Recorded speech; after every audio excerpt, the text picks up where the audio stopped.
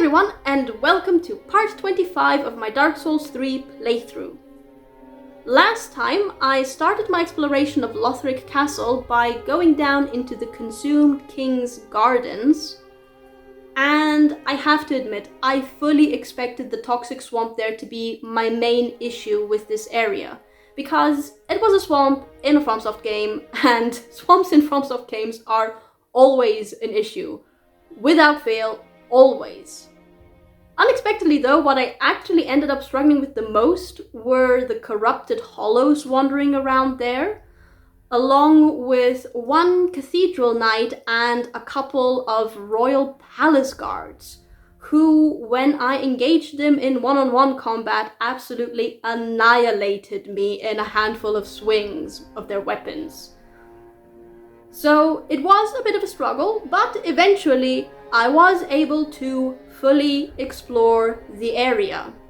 And much to my surprise, the Consumed King's Gardens ended up leading me to the Consumed King himself, Osiris. Or Osiris. I'm still not entirely certain on how this name is supposed to be pronounced. But either way, it led me to the former king of Lothric, and I did not expect that at all.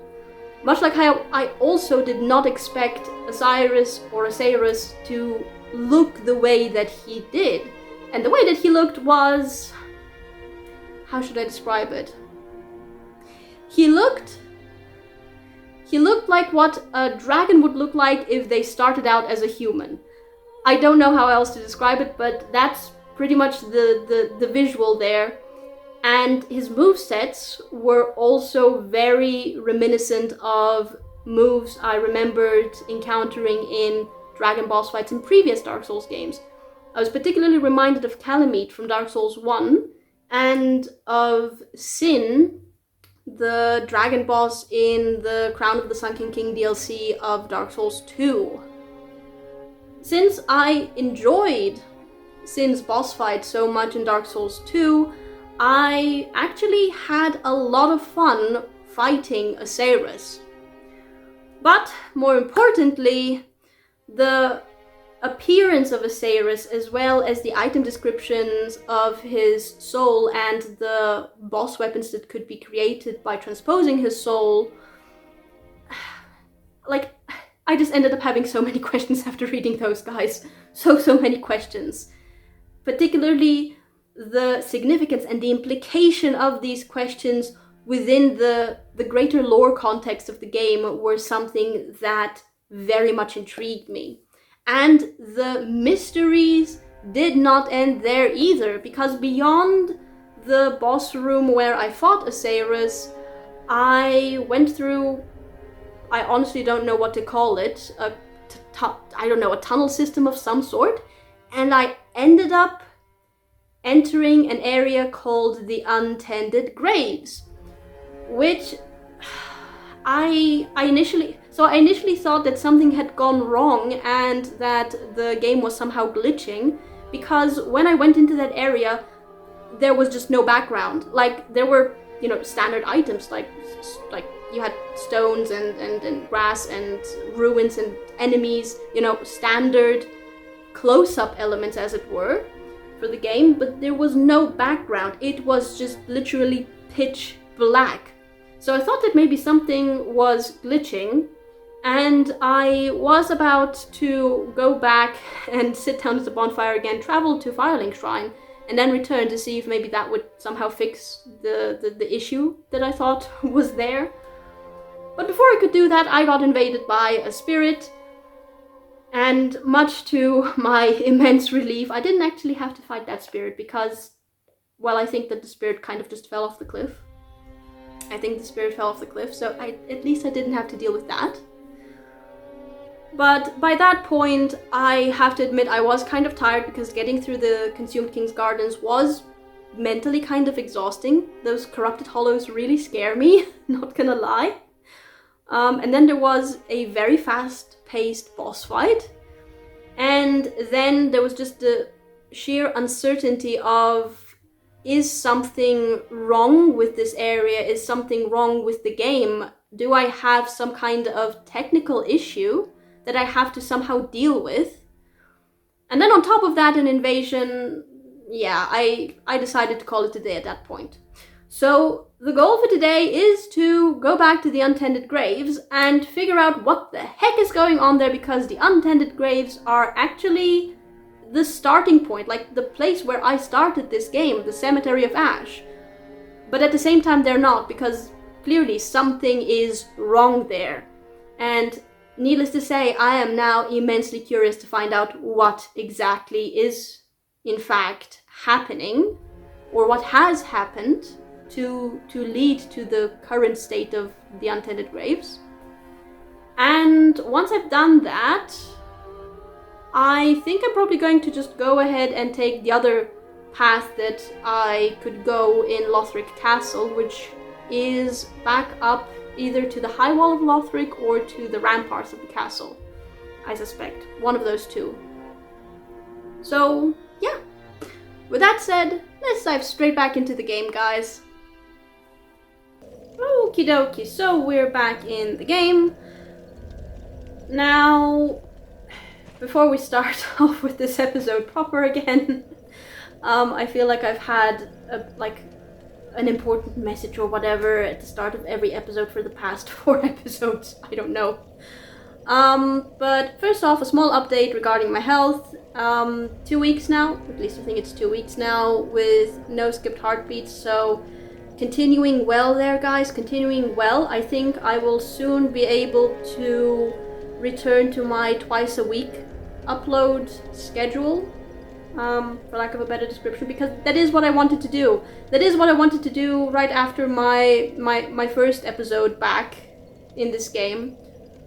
But then the skipped heartbeats thing happened, and I decided to take things a little bit more easy, essentially. But I think things are going well, and I will be able to return to my twice a week format. So, good news there, guys. Good news there.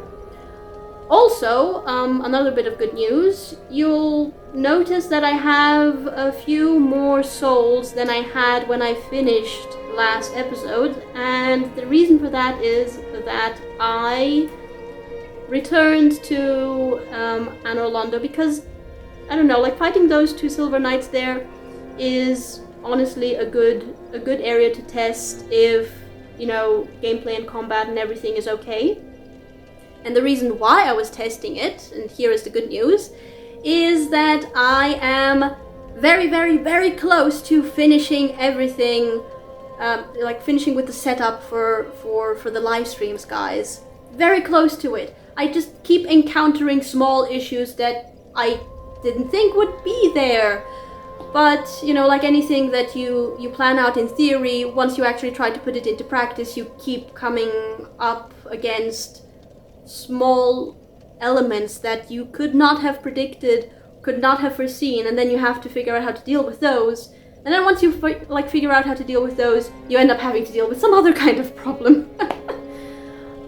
It has been kind of annoying, but as I understand it, apparently the road to the first setup, live stream setup, is something like a ritual for every live streamer.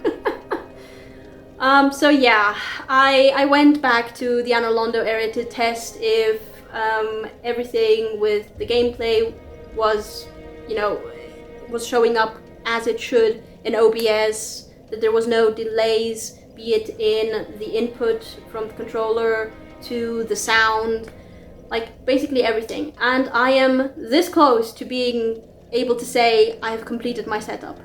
I'm literally just waiting on one more element to arrive. The delivery was delayed, unfortunately, of the package. So I still have to wait a little bit, but guys, soon, very soon, very, very soon. So yeah, wanted to share this good news with you guys. Now, on to the game, and before we go back to the Untended Graves, I mentioned at the end of the previous episode that the more I find out about Lothric, Lothric and the royal family, and the more I explore it and see what things are like now, the more I'm starting to think that there is and or was some kind of political intrigue going on there, lore-wise. And between the previous episode and this one, I have tried to piece things together. I know I don't have all of the information yet to be able to see the full picture, but I have managed to put some things together, and I would like to share these things with you guys. So for anyone who is not interested in this, you can just go ahead and skip. I will add, I will add a timestamp information thing in the corner somewhere here, and you can just go ahead and skip my lore ramblings. But I am a lore hunter at heart. This is like one of my absolute favorite parts of these games, so I'm just going to go ahead and indulge in that a little bit. So, I've tried to put everything together. I don't have a board that I can actually put things up on and then use red string to connect all of those pieces. I don't have that, unfortunately. You'd think that as a writer I would, but no, I don't. So, my little lore notebook here is going to have to do. Now, first things first. In order to figure out what happened in Lothric, I have decided to not actually start with Lothric, but with a different area, and that area is the Church of the Deep, and more specifically, Aldrich, Saint of the Deep. Now, initially when we first hear about Aldrich, it's definitely not in a positive light, and when we actually go to the Church of the Deep, we can see that it's a very unpleasant area and that clearly something has gone terribly, terribly wrong there. Like, it just reeks of some kind of corruption when you go through the cathedral. And then of course you have the boss fight at the end of it, which is against the Deacons of the Deep, and honestly the creepiness level is also kind of very telling of something not being right there. But that is also when we get one of our first very interesting pieces of lore in the form of the Archdeacon's outfit that we get once we defeat the Deacons of the Deep. Because in there it is mentioned that these are the clothes worn by those of the Way of White. Those who follow the Way of White. Now, the Way of White, we already are familiar with that from, Dark Souls 1 and Dark Souls 2. Nothing new there, but what we know from those two games is very, very different from what we actually see in the Cathedral of the Deep. Very, very different. So the conclusion that you can reach there, or that I have reached there at least, is that the Church of the Deep used to be... The Cathedral of the Deep used to be a place where the Way of White was practiced. And the Way of White is essentially worship of Gwyn and his extended family. Put very, very briefly, and without any details, that's what it essentially boils down to. And then Aldrich came there, had probably a very high position within the church, within the Way of White, and then corrupted it until it turned into the Cathedral of the Deep. Now, what the root of that corruption is, I do not yet know. I think I need to reread some item descriptions regarding Aldrich there. But he envisioned an age of the deep sea. And in order to achieve that age, and to achieve greatness and power, he started consuming souls. He started consuming humans, actually. Hence how the Road of Sacrifices came to be. And he found that that was not enough. Despite the fact that it made him into a Lord of Cinder. Like, it elevated him in terms of power into the echelons of those worthy of being considered Lords of Cinder. But he was not satisfied with that. And so what he then did, and this is how I'm interpreting the presence of the doll which allows the player to access Irithyll, he went to Pontiff Sullivan.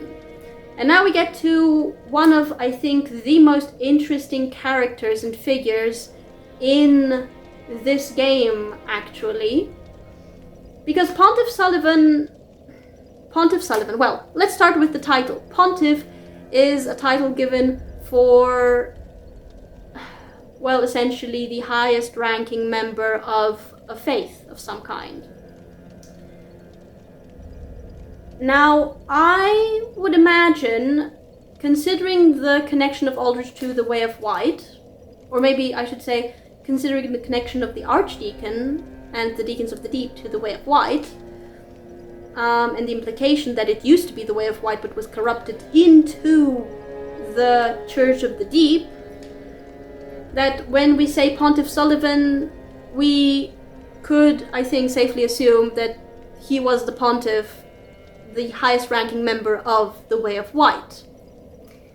Which would explain his proximity, his closeness, his close ties, his close relationship to the royal family, which included Guinevere, daughter of Gwyn. Makes sense so far in terms of connections, or at least it makes sense to me from what I've managed to put together. However, the Pontiff is a suspicious character.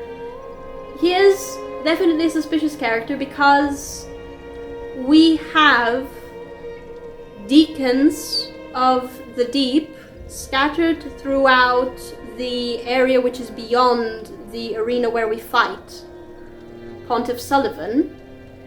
And of course, it is interesting and important to note that Irithyll connects to what used to be Anor Londo.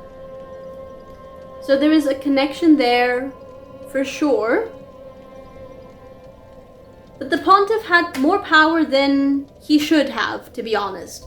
Because after fighting the Dancer of the Boreal Valley and reading the item descriptions associated with the Dancer, we find out that the Pontiff bestowed the blades of the Dancer upon her and ordered her to be a dancer, and then eventually ordered her ordered her exile by making her an outrider. That was the word, an outrider. Crucially here is the fact that the dancer used to be a distant relative of the royal family. It is, I think, fairly unusual for a pontiff, a member of the clergy, to have that much power over a member of the royal family. Because yes, I know that in the Middle Ages, the church and, the church and the nobility were the two highest ranking, members of society back then. But they were more or less on an equal footing. Like the royal family and the clergy were on a more or less equal footing. Well, when I say clergy, I mean the Pope. I mean the Pope for the most part. They were on an equal footing. And whilst the Pope could excommunicate members of the royal family from, the Catholic Church, and certainly had some level of leverage, as it were, I don't think that he actually had I don't think that the Pope had the level of power required to tell a member of the royal family, however distant, you go ahead and be a dancer, and then I'm going to go ahead and exile you, and as an outrider I'm going to gift you with like the pontiff, as an outrider I'm going to gift you with my these tokens, these rings. And those rings eventually made the dancer transform into a beastly creature of some sort. Not as beastly as Vord, but certainly no longer human.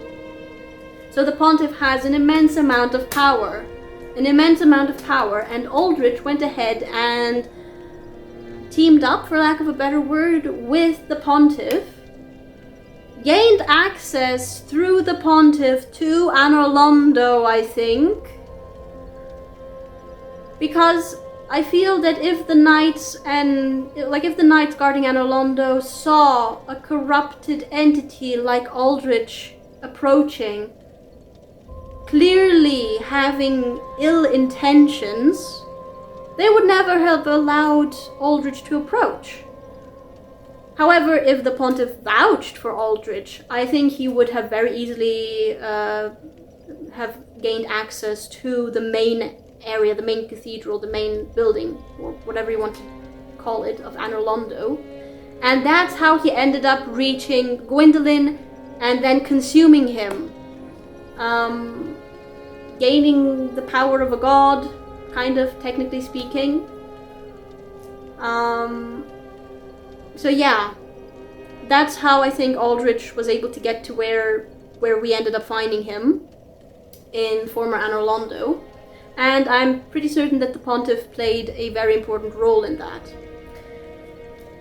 Now, why did I go ahead and start with Aldrich and then the pontiff if my main interest was figuring out things in Lothric, like why they are the way they are now, what happened in the past that led to the current state of affairs, for lack of a better description.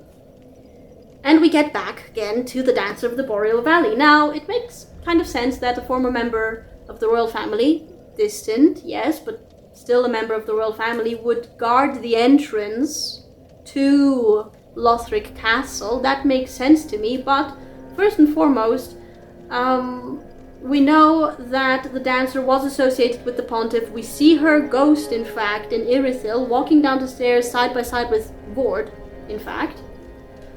So the pontiff has a presence there, for sure. And what is more curious, even, is that within the Consumed King's Garden, we see Corrupted Hollows, yes, but we see a cathedral knight. A knight of the Cathedral of the Deep. What, and not just one, but two of them in fact, what were these knights doing there? And the first one that we encounter is the one guarding the elevator that leads down into the Consumed King's Gardens. And that tells me that this alliance that Aldrich and the pontiff went into was, one where there was a mutual benefit from it. Aldrich would benefit by gaining access to Anor Londo and Gwyndolin and the divinity that he wanted to consume in order to gain power. And the pontiff gained minions, essentially, I think. And I think that this is also further confirmed by the fact that there were also thralls in the Consumed King's Garden. In the Consumed King's Gardens area. And some, I don't know what to call them actually. Mages? Sorcerers? Warlocks? I don't know. That I don't think I've encountered anywhere else in the game outside of maybe the undead settlement. I think. Not 100% certain, but I think that's the case. And then, of course, we come to Cyrus himself. We learned that attempts on his life had been made aplenty, none successful, because he had that very nifty ring that protected him from backstabs. And backstabs are the way an assassin would take care of a target, I feel. But, interestingly enough, and this is something that I didn't really think about in the previous episode while it was happening because I was more focused on the boss fight itself than anything else. But Cyrus actually says, he calls us, the Ashen One, foolish slaves. Okay, so he uses the plural there, yes, but I find it very interesting that he would say foolish slave. And then he initially talks about us finally discovering the power of his dear Ocelot, but then he switches over to, I will not hand him over, he is all that I have left. Ocelot is a she, so clearly not the he mentioned. I still don't know who the he is. I suspect it might be Prince Lothric, considering that he spoke with the same level of... I'm not entirely certain I can call it love, to be honest. or even adoration, because that, I feel that when he spoke of Ocelot, it went beyond adoration, kind of, in a very into a very unhealthy territory. But I would say that when he spoke of the he, it was with a very fierce protectiveness, like a parent would talk about their child. So I think that the he that he mentioned is Prince Lothric, whom we find out was born a sickly child and never actually ended up growing, wearing his swaddling clothes his entire life. So then the question, of course, arises, why call the Ashen One a foolish slave? And this, once I started to think about it, reminded me firstly of Lotrek's dialogue in Dark Souls 1 when we invade the world of the... Well, I'm not going to spoil anything for Dark Souls 1, but essentially we do a bit of an invasion, which is part of the game, like not PvP related, but part of the game. And we confront Lothric, and he has a whole speech that he goes through whilst we fight him. And the way that Osiris said foolish slaves really reminded me of that, but it also reminded me of Aldia.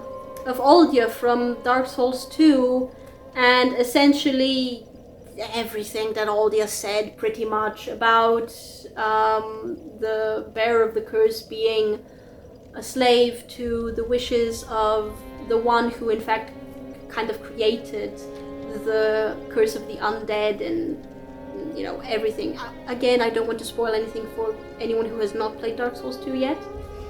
If you haven't played Dark Souls 2, I highly recommend giving Scholar of the First Sin a try, because genuinely my favorite of the 3 Dark Souls games so far. Genuinely. And so now I wonder,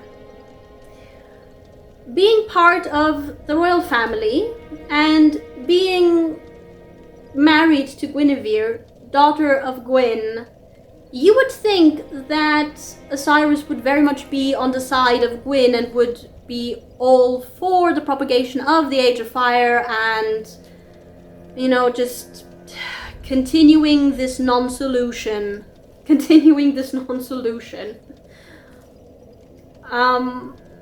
But he called the Ashen One a foolish slave. That kind of tells me, or at least that's how I'm reading it, how I'm interpreting it, that he's actually against it. Which might, in fact, explain why he ended up being the former king of Lothric. And when he says that he doesn't want to give him, he's all that he has left, I think he means that he wants to stop his son, Prince Lothric, from being a Lord of Cinder, because he was born with the responsibility already of eventually becoming a Lord of Cinder, of being sacrificed in order to continue the Age of Fire. And I think that Osiris decided at some point, no, I'm not going to do that, I'm not going to stand for that, I'm going to find a power, a way to make sure that does not happen. And so he turned to the dragon sorceries of Seath the Scaleless by looking into the Grand Archives? I think it was the Grand Archives. The Duke's Archives back in Dark Souls 1. And that's why he ended up becoming what he ended up becoming. Now, that of course doesn't answer the question of what the heck is up with the Untended Graves, but I feel that I have gotten a fairly decent idea of what has gone on in Lothric, what happened back then that has led to the current state of things. Sorry. This ended up taking longer than I thought it would. Sorry, but lore hunting, guys. Lore hunting. I love this part of it. I absolutely love it. That said, you guys are here for the gameplay, so let's go ahead and return to the Untended Graves. No, wait. Actually, let me do something with these souls. Can I do anything with these souls, in fact? How much would I need in order to level up? A lot. I would need 17,000? Do I have enough items to sell for 17,000? I mean, I can always get rid of 17 of these in order to level up. But that honestly feels a little bit like cheating, like I'm so far away from... I don't know. What's my arrow supply like?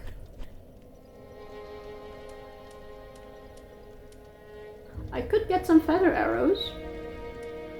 Or fire arrows. I could get some... Yeah, let's go ahead and get some arrows, guys. And at least reduce the number of souls a little bit. I don't feel comfortable carrying around this many souls. I don't. Oh, maybe there's a new item associated with Osiris in her inventory. Is there?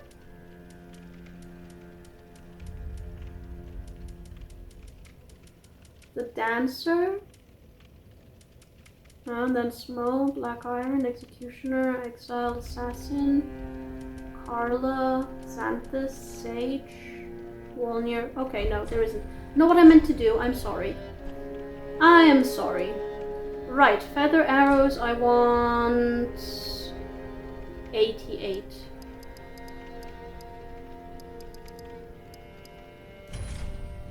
I like having nice even numbers. And fire arrows we want 85.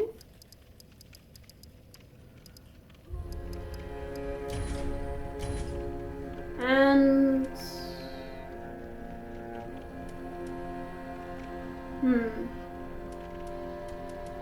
Yeah, no, we're good. Ashen One. Yes, Be yes. sure to bring more souls. Yes, yes. Okay, right, we reduced the number of souls a little bit. And now let's go ahead and travel back to the Untended Graves. And I have been told that that glitch is, in fact, not a glitch. Or what I thought was a glitch was not a glitch. It is meant to be that dark there. It's meant to be that dark. Okie dokie. Now then. I have to go past those two grave wardens again, don't I? How annoying.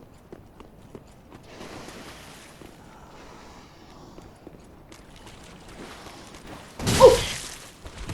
Oh!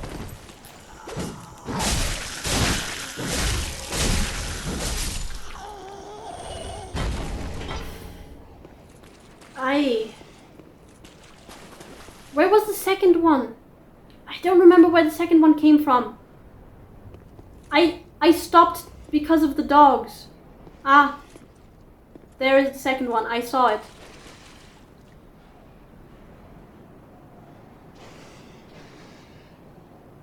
It's patrolling over there.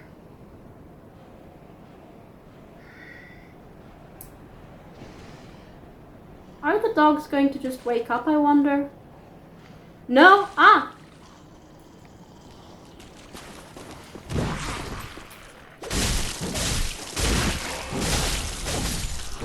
Okay. Grave Warden Hood and Titanite Chunk. Was it times 2? How much Titanite Chunk do I have now? 4. Next upgrade coming soon.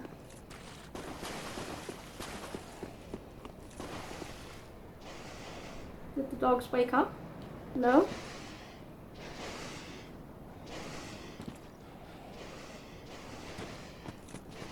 I don't think so. Just run. I really hate dealing with dogs. Right. Dark Spirit ahead. Right, right. Now, it died last time, so I should be perfectly safe here. Now.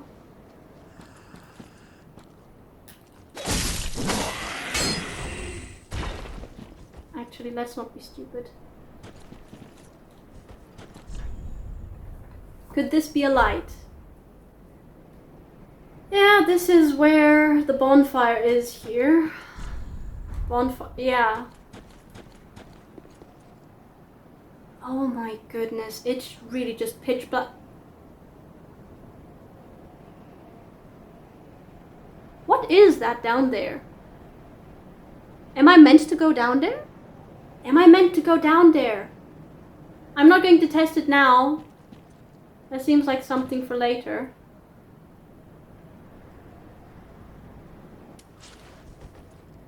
I wonder what kind of boss awaits me.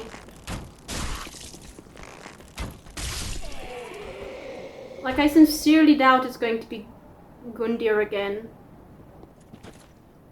I mean, if he... I don't know. I genuinely don't know what's up with all of this here. To be honest, I just don't understand what's going on. Oh!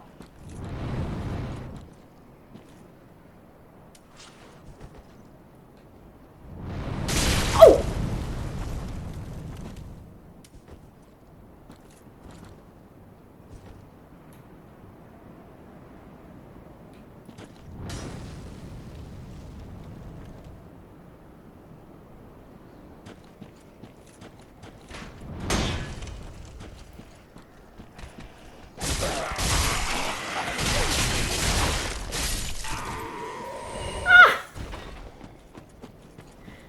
Embarrassing. That was just embarrassing. I didn't see it.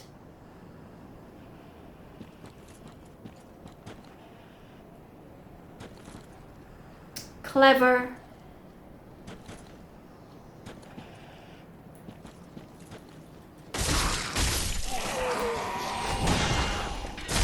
Oh! No, no, no, no, no. Again.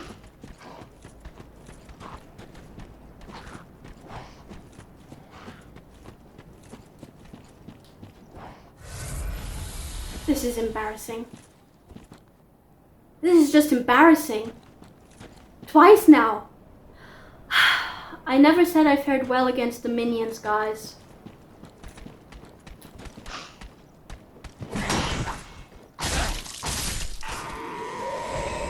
I never said I fared well against the minions, guys. Ever.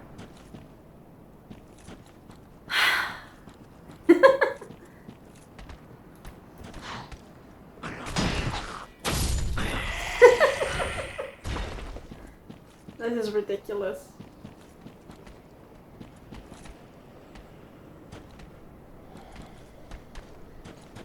Oh.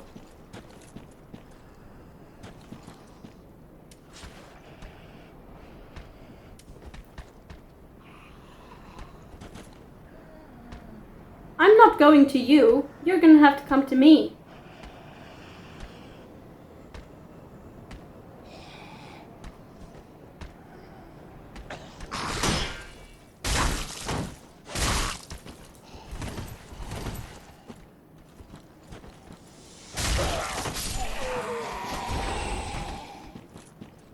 I feel ridiculous. No, I hear footsteps. I hear footsteps. What is this? Ooh, item.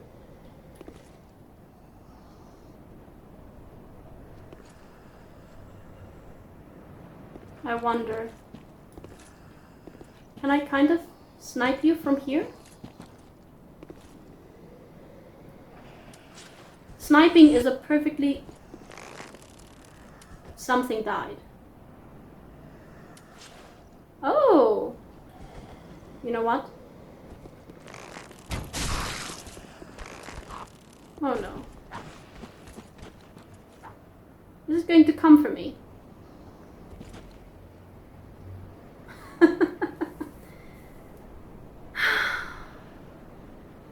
This is not going the way that I thought it would. Did you return to your spot?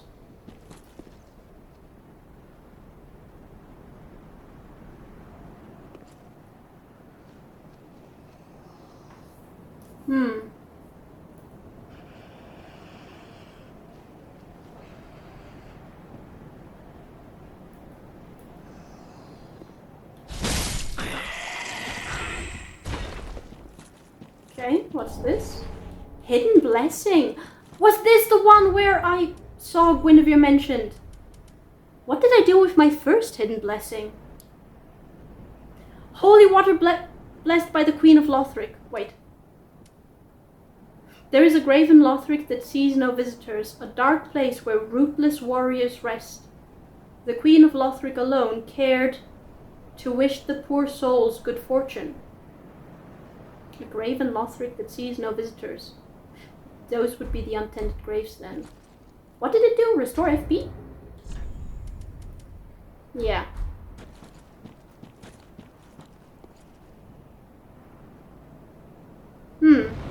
Oh!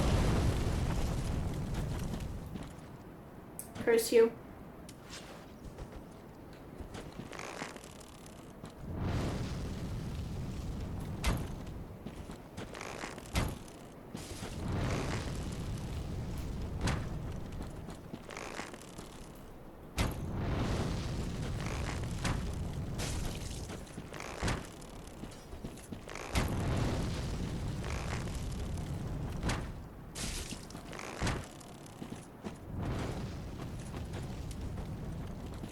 I don't care.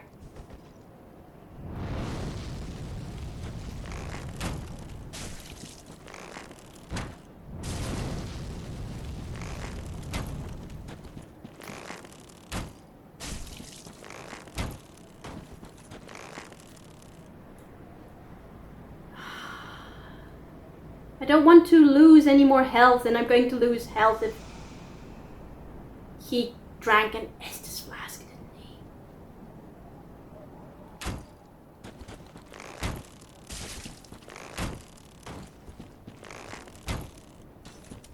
Oh. Well. Nothing to it except to go.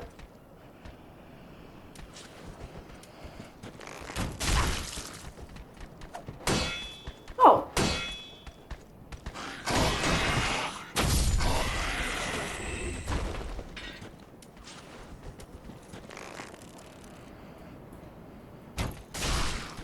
Headshots for the win.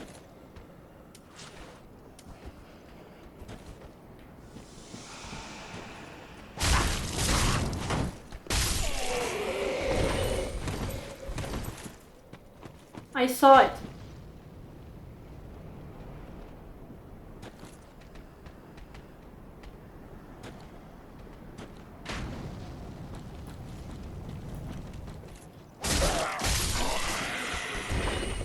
Good grief. So many more souls. Souls. So many more hollows here than I thought.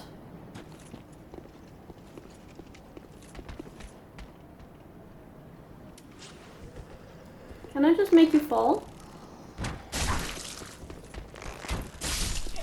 Not necessarily, but that worked as well. I'm not going to go down there. Okay. Try bleeding. Bleeding. Try duo. Time for friend. Wait. I heard footsteps. No, that was just a fire. Okay. Let's be at full Estus.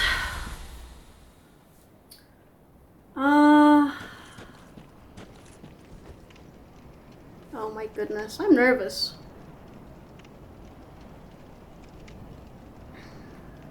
Wonder what kind of boss awaits down. Like, I'm sorry that I keep fiddling with my hair.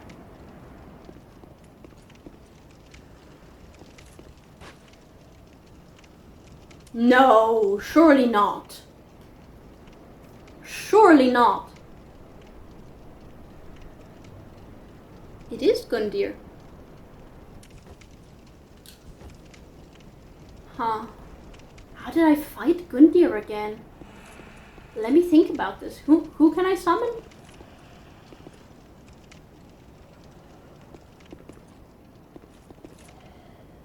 Someone wearing the master garb.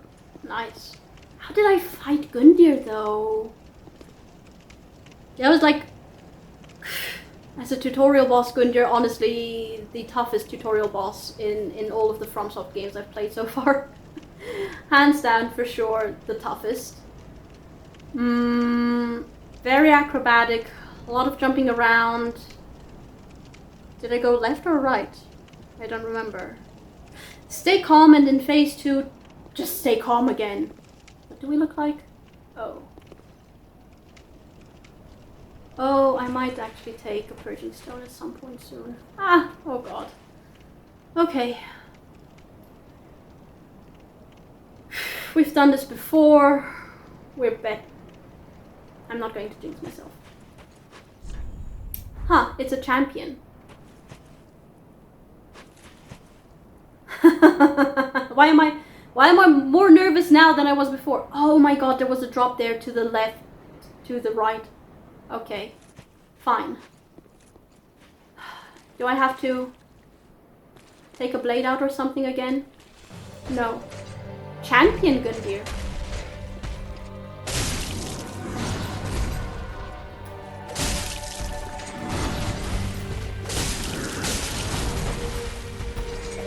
Oh! Oh, that's new.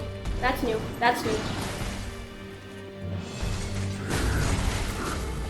I remember that one. Oh! Oh! Oh! Oh! Oh! No, no, I'm dead. I'm dead.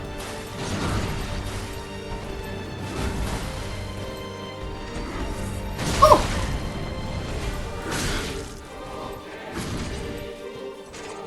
No choice. Oh!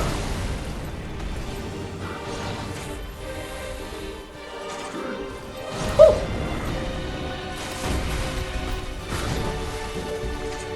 Oh! I don't know why. Oh! No, no, no. Stop. Stop. Stomp.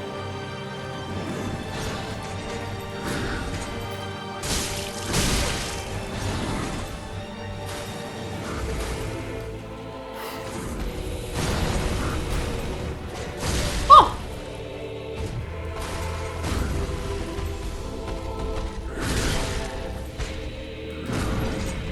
Heal. Oh!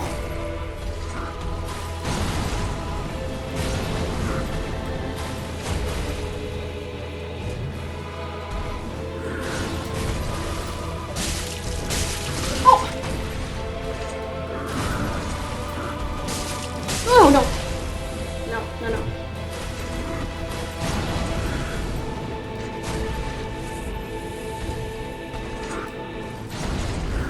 No, no! Oh! Oh!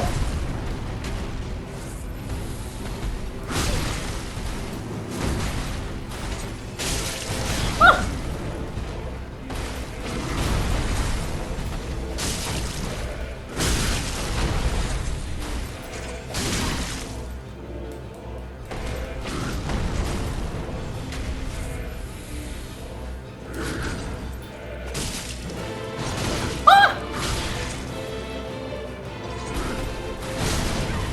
No. No! No! No!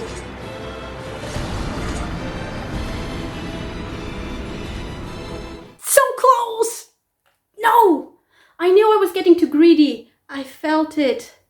I felt that I was getting too greedy. No! Can I just run? I was having some issues with the, I was having some issues getting up. I was having some issues getting up again. Okay, so, I spoke a bit too soon about skipped heartbeats. My heart is kind of occasionally skipping right now.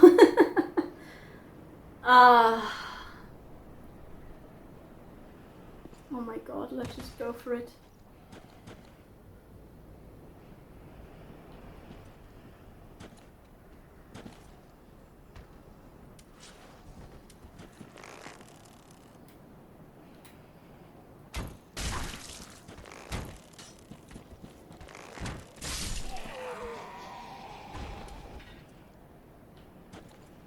Okay.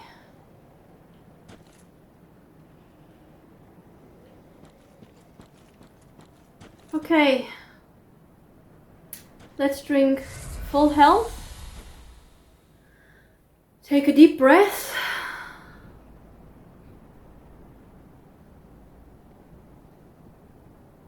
And go in.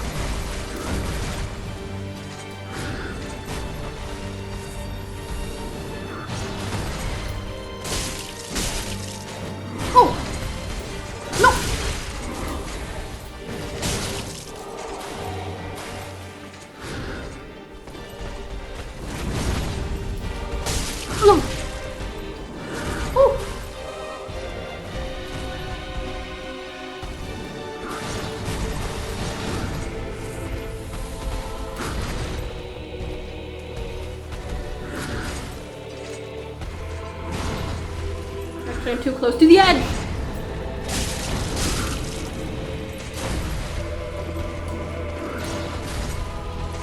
No!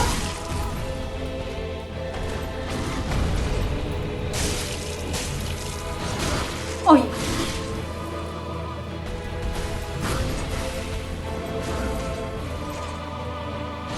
Ah!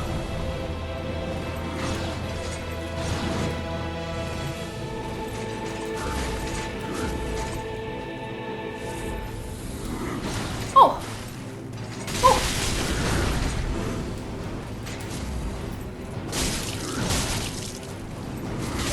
Oh no.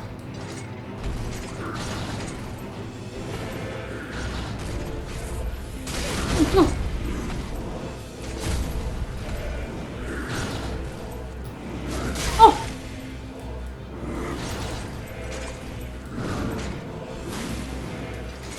Oh! The range on that.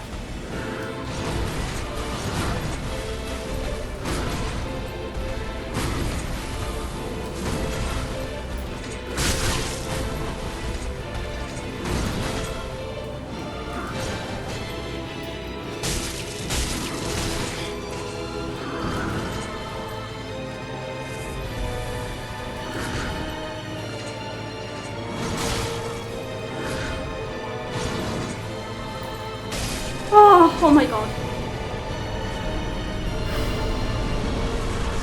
Soul of Champion Gundyr.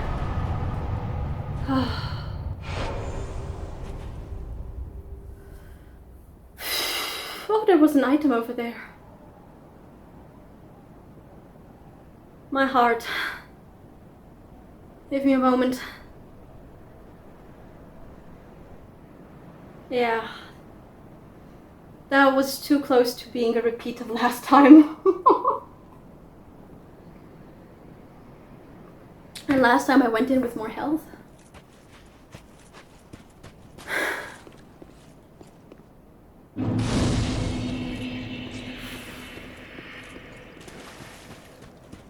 Oh my goodness. Black Knight Glaive. Did I pick up my souls? I did. Is there anything here? No. Okay, let's go back to Firelink Shrine, guys. I definitely need a break. To calm down a little bit, because there were some skipped heartbeats just prior to the second attempt. None now, though. Which is good. I don't know what that was previously. Oh. So, what does the soul of Champion Gundyr say? Champion Gundyr. Why does the word champion ring something in my mind? Once a champion came late to the festivities and was greeted by a shrine without fire and a bell that would not toll.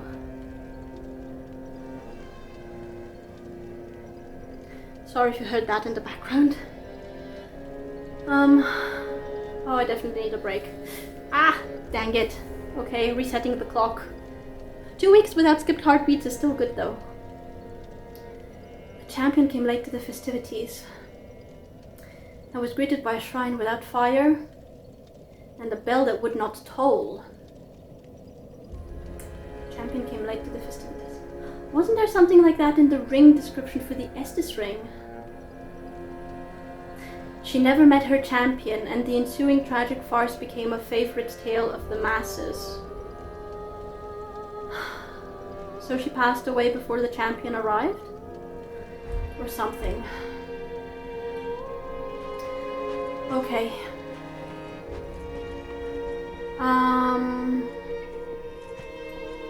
Do I have enough time? I have enough time, probably. I'm going to take a small break before I... Aha, that's all. Level up, though, I think. Gundyr. Champion. Champion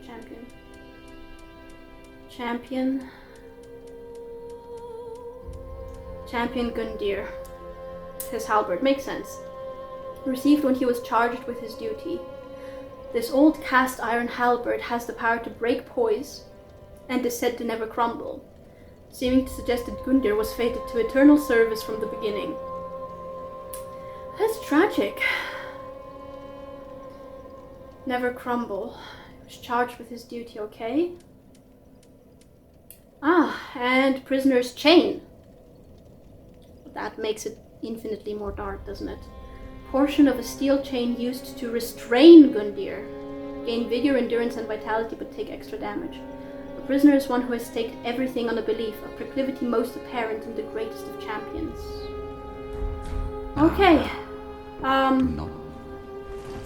Yes, I'm sorry, I need my little nook. I'm going to just go ahead and take a break. I'm close to needing to restart the recording anyway. So I'm going to calm down, and then we're going to go back, level up, and see what awaits us beyond Gundyr's arena.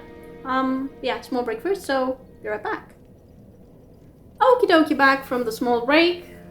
I think what has happened is that over the past 2 weeks I've been able to actually get my nervous system to step down from constant alert mode a little bit, at least. And despite the fact that, no, I don't know, Gundyr's boss fight felt very intense to me. More intense definitely than Dancer or Osiris. And I would even say Aldrich as well. And I think it just decided to go straight back to, constant alert mode because of Gundyr. And the sharp spike in adrenaline that I experienced there. So hopefully things are actually still on track with me getting better. And hopefully between today and the next time I record in a week, because yes, I'm not going to risk recording sooner than a week. I'm sorry. So apparently my plan that I mentioned at the beginning of the episode is not going to happen for at least another week. But I just don't want to risk anything, and if I do manage, in fact, to have no skipped heartbeats between today and the next time I record in a week, I'm just going to go ahead and take it to mean that my theory right now is correct. Just the sudden spike in adrenaline resulted in constant alert mode once again. Oh, that was intense. That was intense. My goodness. Okay, but I was able to calm down very quickly after the fight, which also supports my theory, actually. It also supports it. Right, what did I want to do? Oh, level up. Right.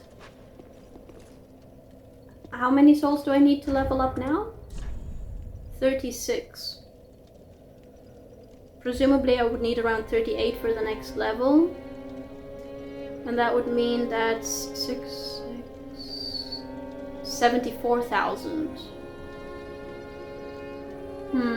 74,000?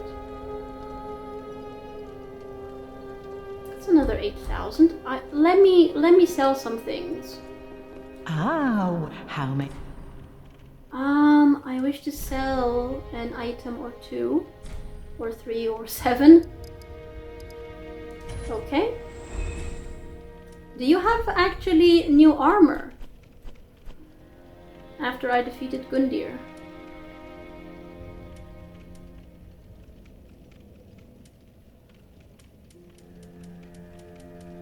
Yes you do. Ancient helm of a set of cast iron armor belonging to Champion Gundyr, modeled after a former king. Gundyr, or the belated champion, was bested by an unknown warrior. He then became sheathed to a coiled sword in the hopes that someday the first flame would be linked once more. Oh, what? Wait.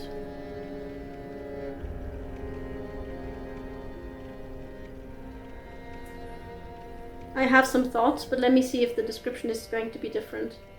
No. Okay.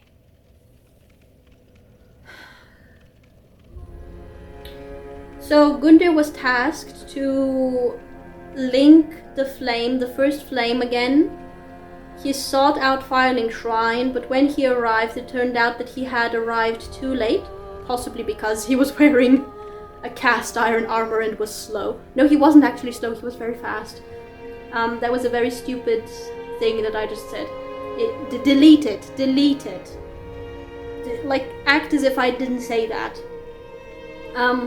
But either way, he was held up by something and he arrived late, and the Firekeeper that was meant to be his Firekeeper was no longer there and had perished in that tower behind Firelink Shrine, where we also had the corpses of all of the other Firekeepers. So he just... What? He just lingered there, despondent. I say despondent, but he just lingered there. And then he was bested by an unknown warrior. And then he became a sheath to a coiled sword. And Gundyr as the sheath of the coiled sword, Udex Gundyr, is what we first encountered after getting out of the Cemetery of Ash. So that happened after what we just went through. So what we just went through actually happened in the past.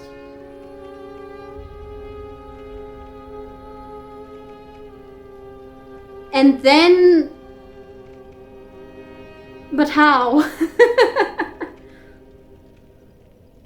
Did we travel through time when we went through that tunnel after, like, beyond Osiris's boss arena? Did we travel through time somehow? And go back in time? And that's how we reached the untended graves of the past. Despite entering Lothric from the present.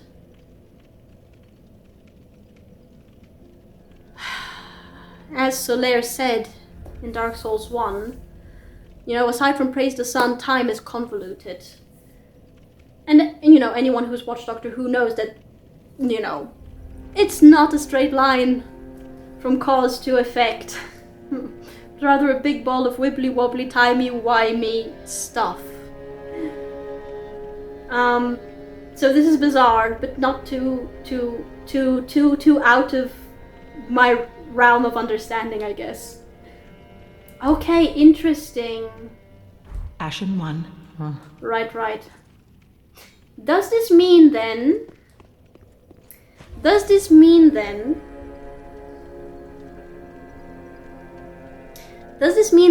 the bizarre state of the untended graves with that pitch black background is because in the past, because Gundyr was late, he was not able to link the flame, and therefore it went out. Could that be it? I wonder. Could that be it? Hello, Miss Firekeeper. Welcome home, Ashen One. Speak thine heart's desire. I wish to level Very up. well. Then touch the darkness within me. Take nourishment from these sovereignless souls. Okay, let's see. I said I would put the next level into strength, didn't I? I'm still short a couple thousand. I'm literally short a couple thousand, actually. Okay, noted. Let's go with strength to 15. And then the next one we're going to put into dexterity. Farewell, Ashen One. May the flames guide thee. Yes, I will be back in a second. I just need to sell another item or two. Two, actually, precisely. Ashen one. Right. Welcome home, There we Ashen go. One. Speak thine heart. I'm sorry that I skipped the dialogue. Very I'm well. sorry. Take nourishment. I'm sorry. I'm a little bit impatient right now, I admit. Okay, and let's get dexterity up to 26. Okay. souls, levels are getting very costly. Do you have anything new to say? Ashen One, may I pose thee a question? You may. Is it the same one as before? Has the little asset of a thing No. rate? Okay. Farewell, Ashen One. May the flames guide thee. Right, so what I want to do is actually see if she has any new dialogue. Knowest thou of that sop that couldst No. then thy Ashen? Then I want to go and check how much more I need Well met. 'Tis good this one needs. to reinforce my weapon because I've forgotten how many titanite chunks I need. Oh, I need a titanite slab actually. Oh, to get them to plus 10. I have a titanite slab. Ah. And I have no ability to do math, apparently. Why do I still have so many souls?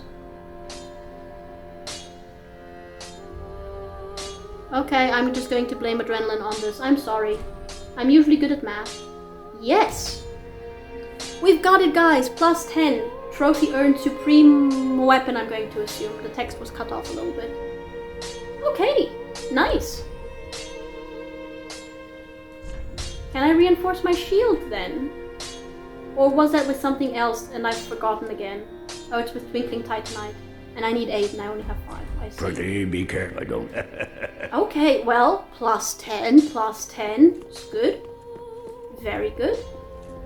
And then, what did I want to do? Oh, right, I wanted to go and actually speak with Loveleth because I had to cut our chat a little bit short previously.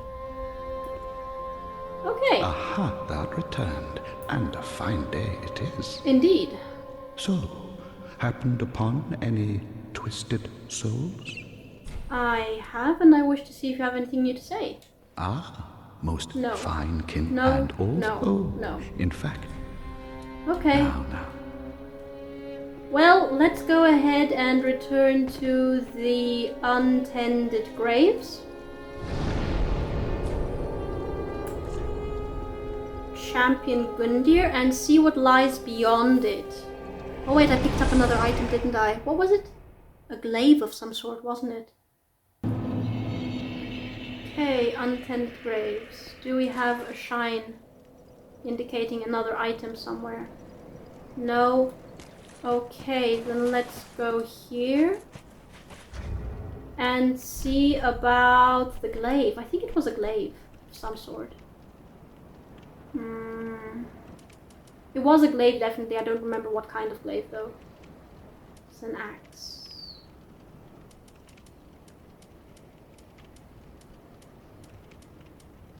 Ah, it was a Black Knight glaive. Glaive of the Black Knights who wander the lands, used to face chaos demons. Is used to here meant in the sense of the glaive was used to face chaos demons, or that the Black Knights used to face chaos demons? Either way, this is a reference to the Black Knights of Dark Souls 1. Why is there a Black Knight glaive here? Am I going to come across a Black Knight now? Oh my goodness. The unique attack of this glaive greatly reduces enemy poise, reflecting the tremendous size of the enemies that the knights have fearlessly faced. Okay. Interesting. This is not going the way that I thought it would, to be quite honest.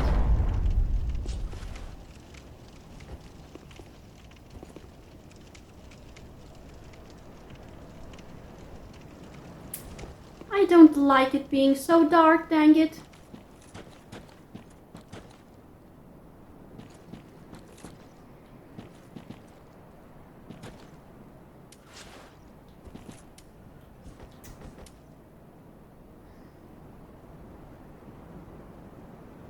There used to be some enemies here, but I don't see any. Are there any enemies up there?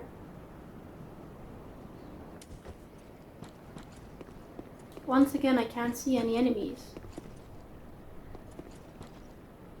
No, there is an enemy. I see one.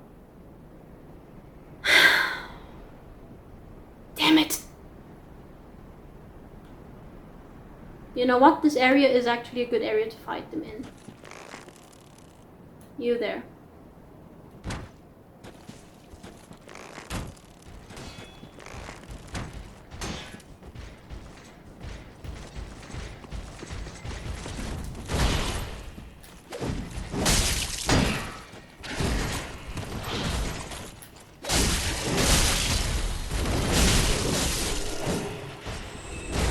I'm sorry.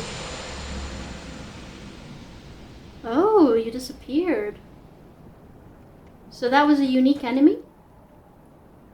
I think it was a unique enemy. Was there anything on this side? Oh my goodness. Please tell me that was the only Black Knight. What was a Black Knight doing here, dang it?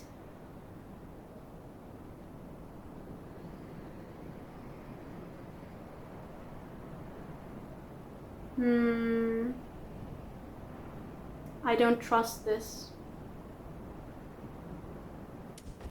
I don't trust this.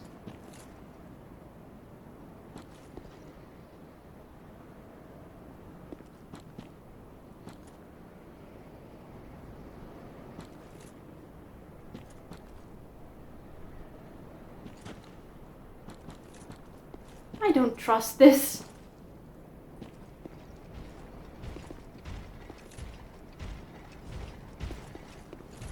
What? What was that sound? I heard heavy footsteps. Oh!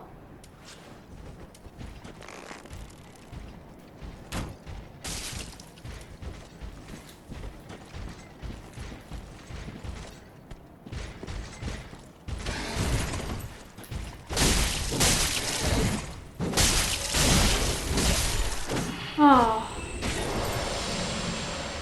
Okay. Caution. Caution is how we do this. These are not just the minions from Cemetery of Ash. These are Black Knights. What are Black Knights doing here?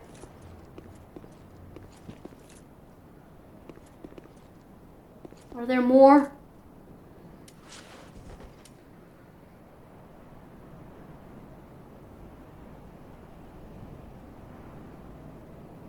I do not trust this. I do not trust this.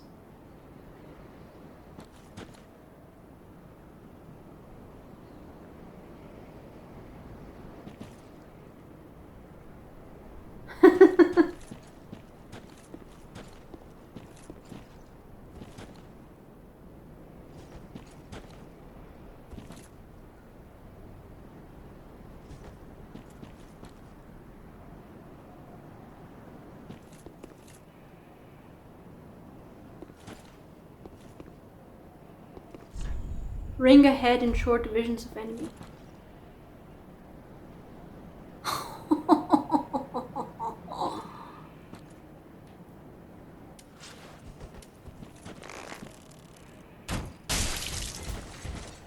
Run.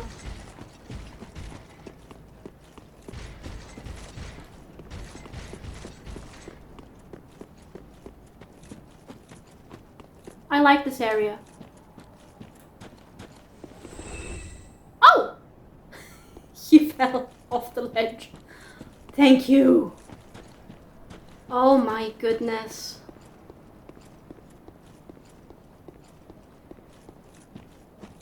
Yeah, this is how we do this area, guys. Caution. We do it with caution. Like, I would have looked carefully around the bend anyway. There's not a second one, right? Lurking around somewhere. Okay. Hornet ring! This doesn't really feel safe, to be honest, but... I didn't see what it looked like, unfortunately. I should have. Hornet ring. Ring associated with the Lord's Blade, Kieran. one of the Kiaren? One of the 4 Knights of Gwyn the First Lord. Boosts critical attacks. The masked Kiaren was the only woman to serve in Gwyn's 4 Knights, and her curved sword granted a swift death to any and all enemies of the throne. I loved her weapons in Dark Souls 1. They actually ended up being my endgame weapons, and I really, really liked them.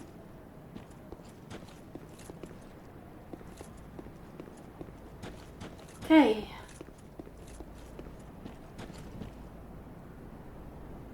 I don't trust this.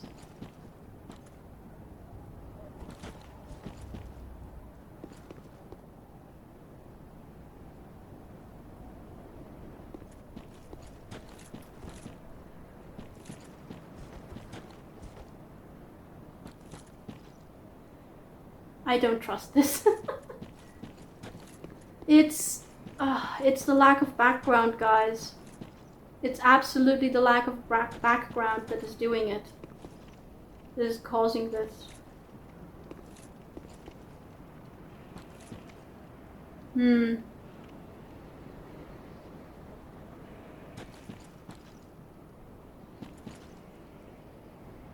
Is that an item? It's an item. Why is there a bloodstain here? Why is there a bloodstain here?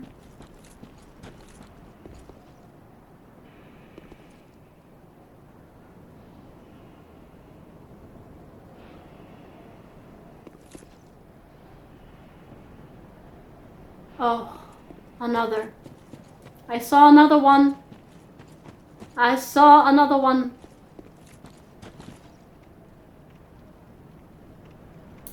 How did I get to that part?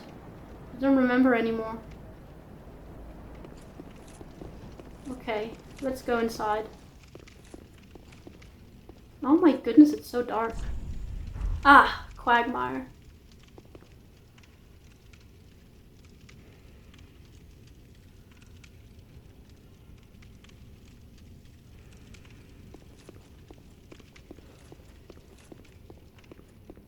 Let's go up.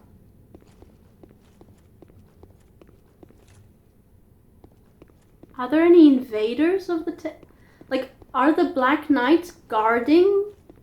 Why would they be guarding it though? Item ahead. Oh, because of the invasion am I going to get a seed of a giant tree? Yes, I did.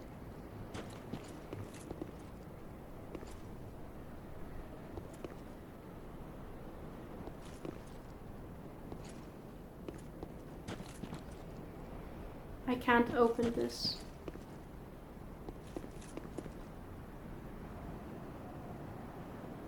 Oh my goodness, I'm feeling a lot of trepidation.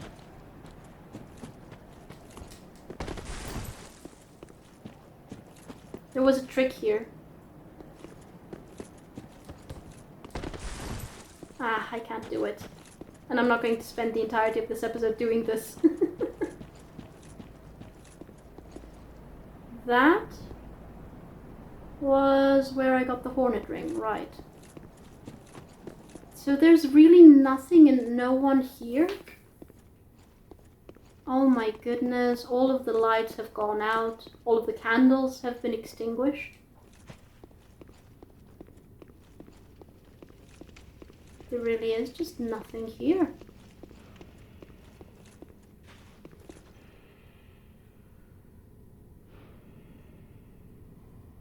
What am I hearing?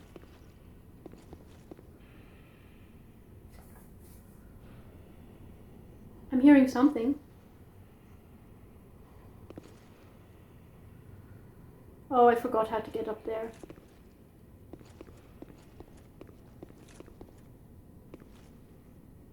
I'm hearing breathing though.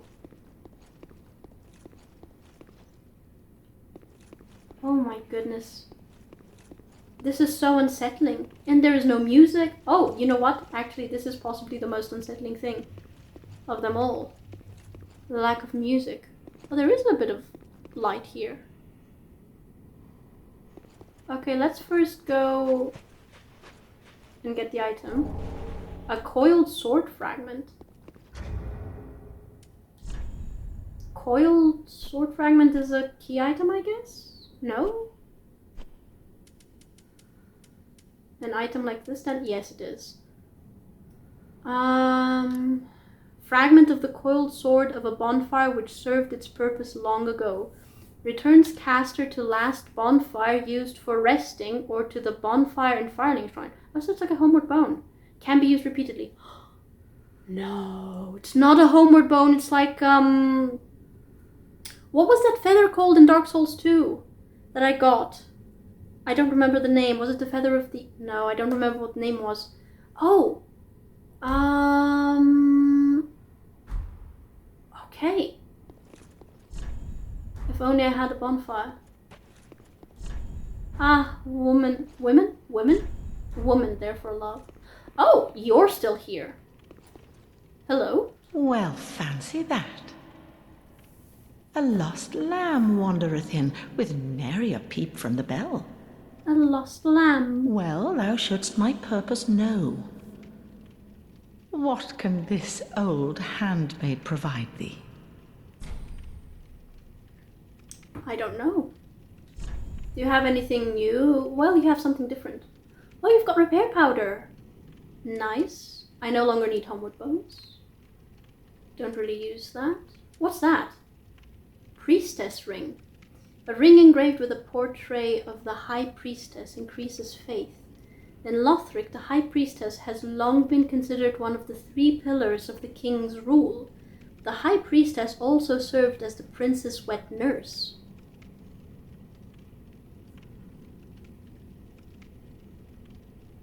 The High Priestess. High Priestess of what? It increases faith. Which generally is the way of white, kind of, I think. The High Priestess has long been considered one of the 3 pillars of the king's rule. What are the other 2 pillars, I wonder? The High Priestess also served as the prince's wet nurse. Princess wet nurse? Prince Lothric's wet nurse? Okay, interesting. Tower key. Key to the decrepit tower behind Fireling Shrine, which leads to the bell tower. I've already got that one. The bell tower is the grave... But let me read the description again anyway. The bell tower is the grave of Firekeeper's past. When a Firekeeper has served her purpose, she is led to true darkness, where she enjoys a long, deserved sleep. They mean death. Is that Artorias' outfit? I want it. Oh my god, that's so many souls. Helm of a knight tainted by the dark of the abyss. The twilight blue tassel is damp and will ever remain so. That is an odd detail to include. A vanquished knight left behind only wolf's blood and his legacy of duty. The undead legion of Farron was formed to bear his torch, and the armor of these abyss watchers suggests their own eventual end. Why did they add that the twilight blue tassel is damp? The twilight blue cape is damp. Why do they add this? Okay, I want this, but I don't have the souls for this in any way, shape, or form. But I'm going to return for it. Rest assured of that. I shall return for it. Okay, what do you have to say? To skirt the curse's grasp, tarry not for long.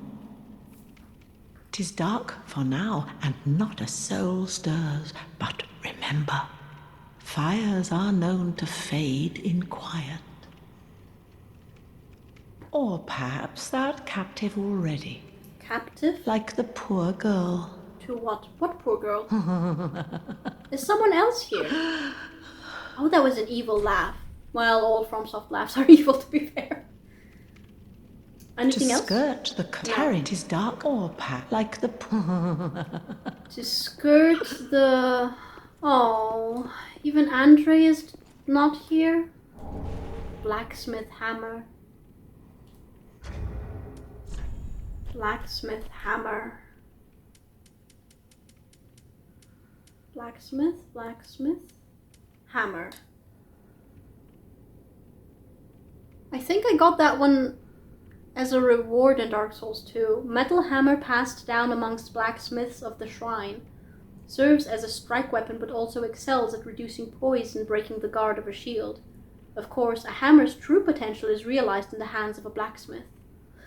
Am I to pass you on to Andre back at my Firelink Shrine then? Oh my goodness, it's quiet and empty and wrong. This feels wrong. There's no one here. There is no light. There is nothing. I am an idiot. I have a torch. Right? I have a torch somewhere. I think I got one back at the beginning of my playthrough and I've not used it yet. Ah! Ah, let there be a little bit of light at least. No Yoel, no Yuria. Visions of sacrifice. May the flames guide thee. This is wrong. I suppose if I go to the other side, there's also going to be just no one.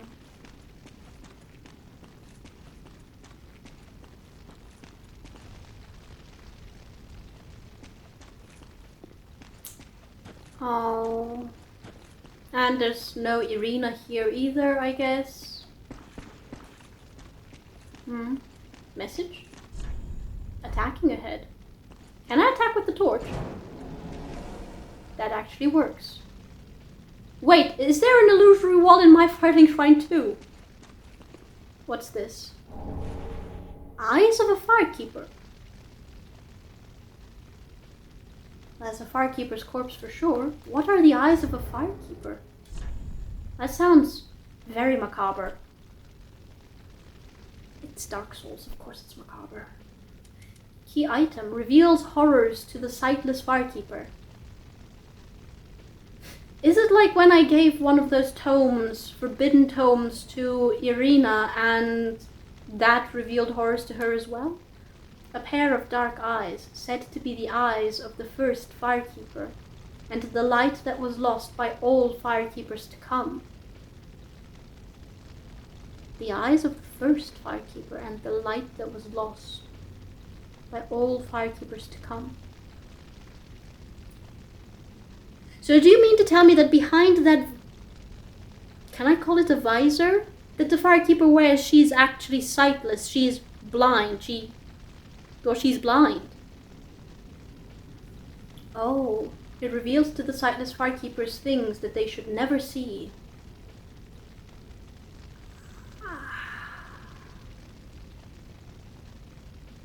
I'm curious. I'm so curious now.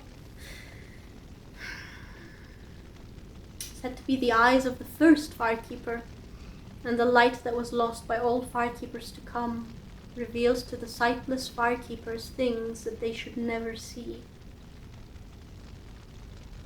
Is this the thing that our Firekeeper has spoken about for a couple of episodes now?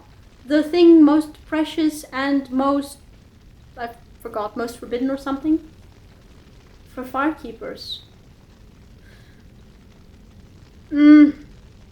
Well, now I want to know what... Well, now I want to know. Now I want to know what it is that they see. If they were, I don't know, if they were to be given these eyes? Oh, and Bloodleth isn't there either.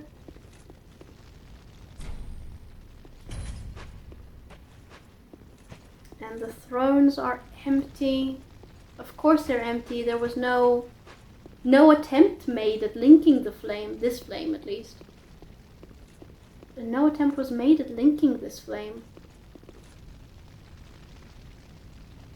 Where did this go? I'm going to get lost again, aren't I? Wait a minute. Oh, right.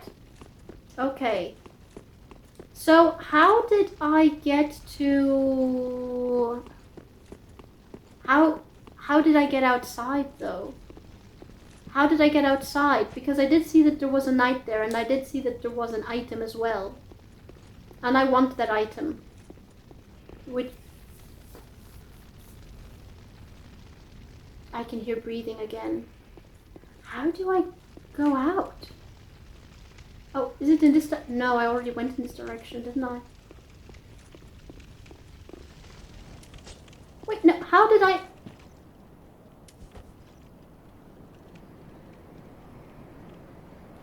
Confound it all.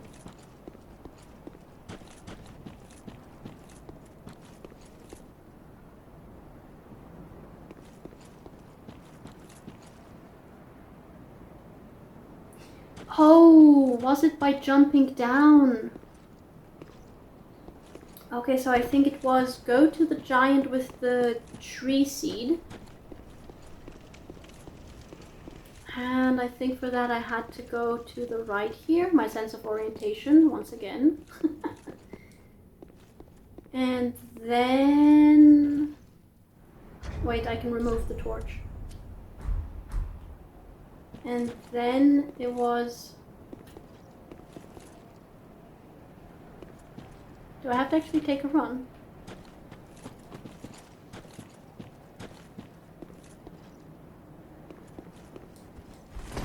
Oh. Ah! This is the most inopportune place to fight. Most inopportune. Oh, but if I want to...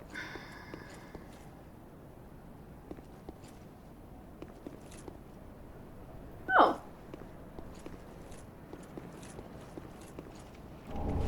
Soul of a Crestfallen Knight, okay.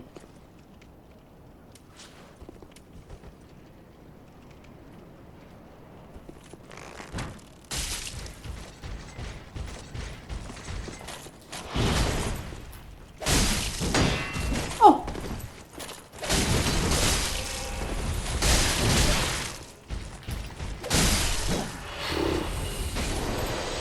I hate them so much. Black Knight leggings. I hate these so much.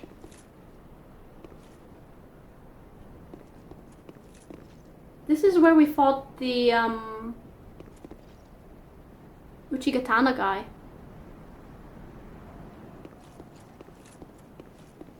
Is there anyone there? Not that I can see.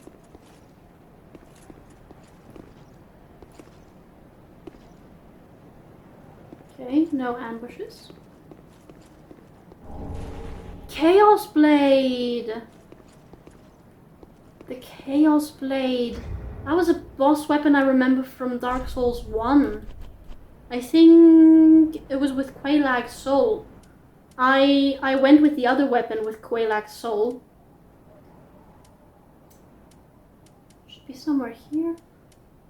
Chaos Blade. I went with the other weapon for Quaelag's Soul. What was it? Quaelag's Fury Sword, I think it was. It's been a while. But I think that the other boss weapon that could be created was the Chaos Blade. A cursed sword of unknown origin bearing uncanny streaks on its blade. Attacks also damage its wielder. So it's like the Chikage from Bloodborne. Which is in fact my favorite weapon in that game. Second favorite after Rakuyo. The sword is not unlike a thing mishapen, granted life, but never welcome in this world. In other words, chaos itself. Okay. Well, I think we've gotten pretty much everything. Was there a bonfire in the shrine, by the way? Perchance. Or do I have to go all the way back to Gundyr's arena in order to No, wait. Wait, I can.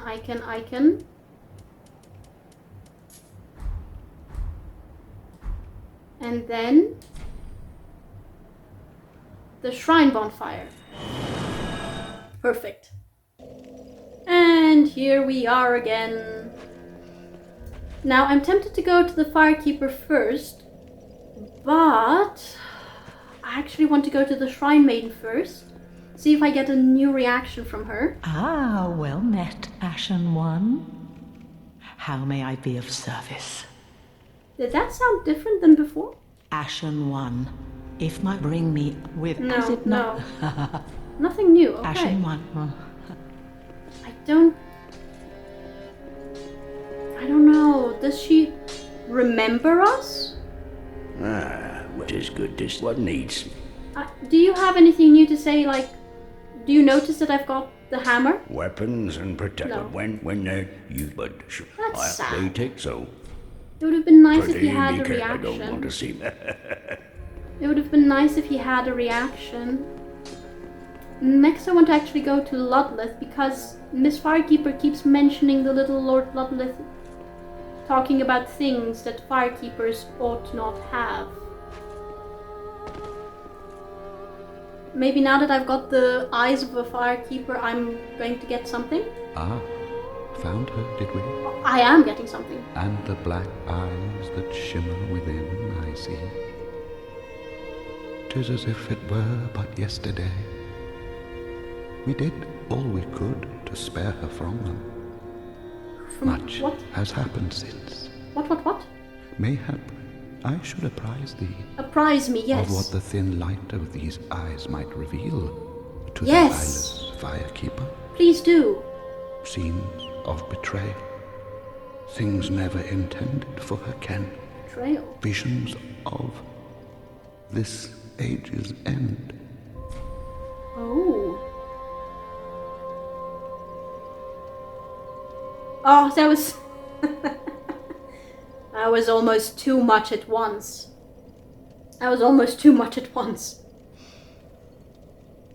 We did all we could to spare her from them or to save her from them. First of all, who is them or what is them? I don't know. He talks as if he was there himself. So does this mean that in every cycle and every iteration he is always there? Ready to advise and help? He mentioned scenes of betrayal and divisions of this age's end. So when the first flame was not linked, was not renewed, when it was left to go out, essentially.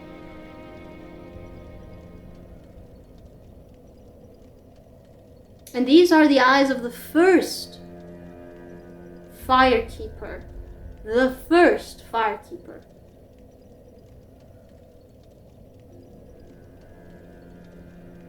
That means these are eyes that date to all the way back before our playthrough of our go through Dark Souls 1, through the events of Dark Souls 1.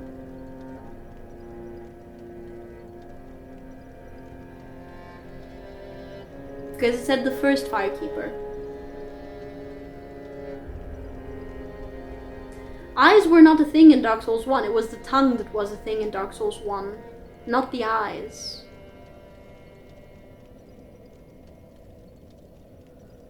Then the Firekeeper was kind of sweet, I guess, but also very naive, I feel, in Dark Souls 1.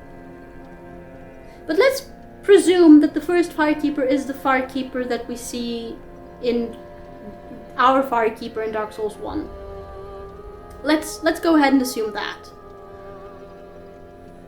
So she saw the end of this age.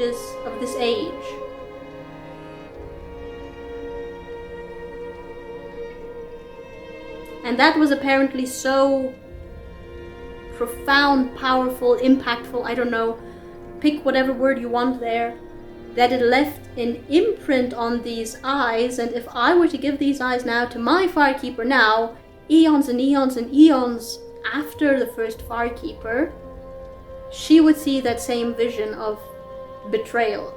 And of betrayal. Betrayal.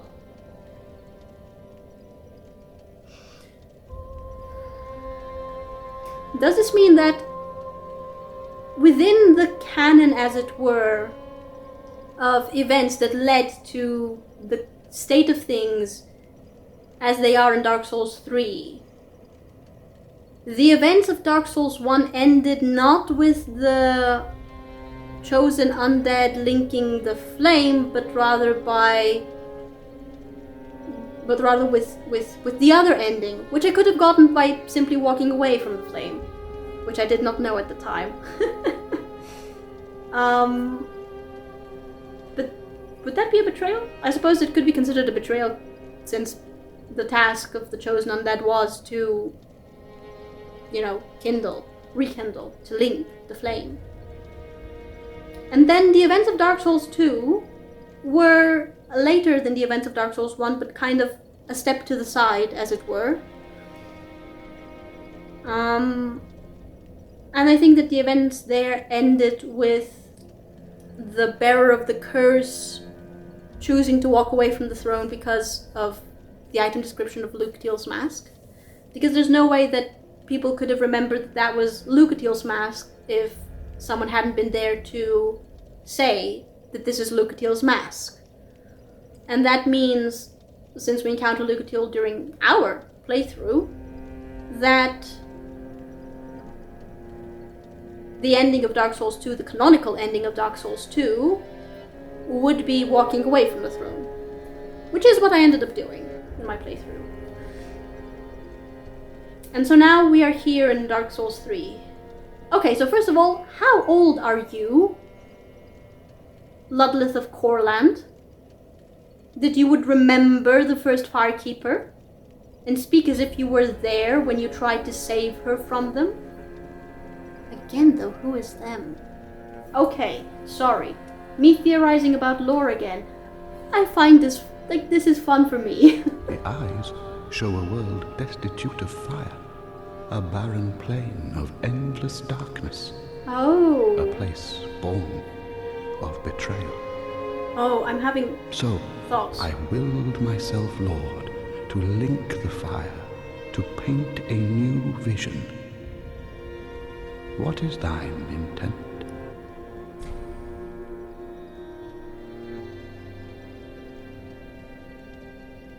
Huh.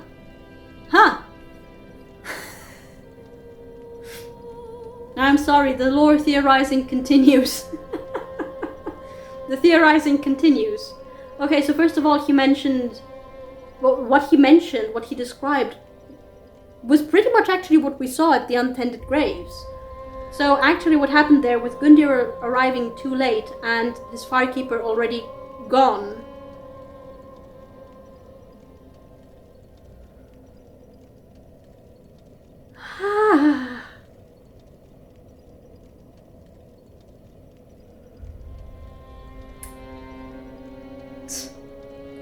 Wait, I'm connecting the dots. Give me a moment. Okay, wait. Is it possible that the Firekeeper from whose corpse we took these eyes was the Firekeeper meant for Gundyr? And is the Firekeeper that he spoke of?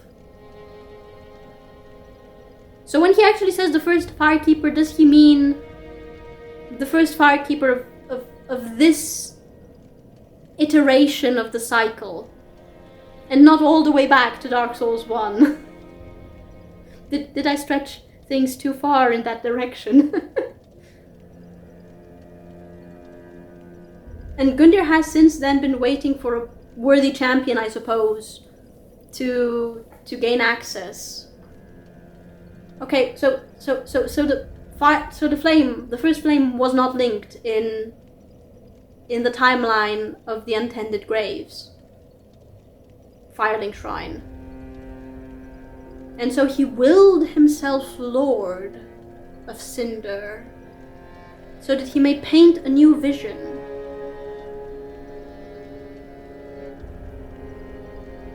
So he basically said, nah, I don't like this. I'm going to go ahead and sacrifice myself. But wait.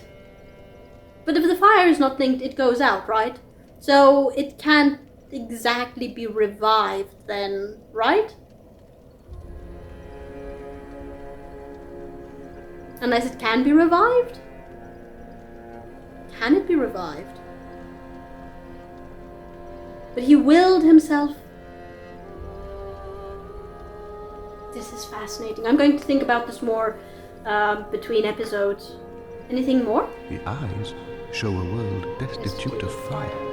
A that means no barren fire at plain all. of endless darkness. Yeah. A place born of betrayal. Not linking the flame. So, I willed myself, Lord, to link the fire, to paint a new vision. What do you mean you willed yourself, Lord? What is thine intent? The opposite of yours, I'm afraid, but... Ah! Oh my god. Now. I'm so curious. I'm going to give the eyes to my Firekeeper. I'm sorry. I'm going to give the eyes to my Firekeeper. Hi. Welcome home, Ashen One. Speak thine heart's desire. Oh my goodness. Do you still have the same dialogue? Ashen One, may I? Yes. Has the little Lord Ludlow? I sense that he possesses. He does possess knowledge of a thing once most precious or most terrible. Pray tell. Is it a matter of which I should? Yes, you should be apprised.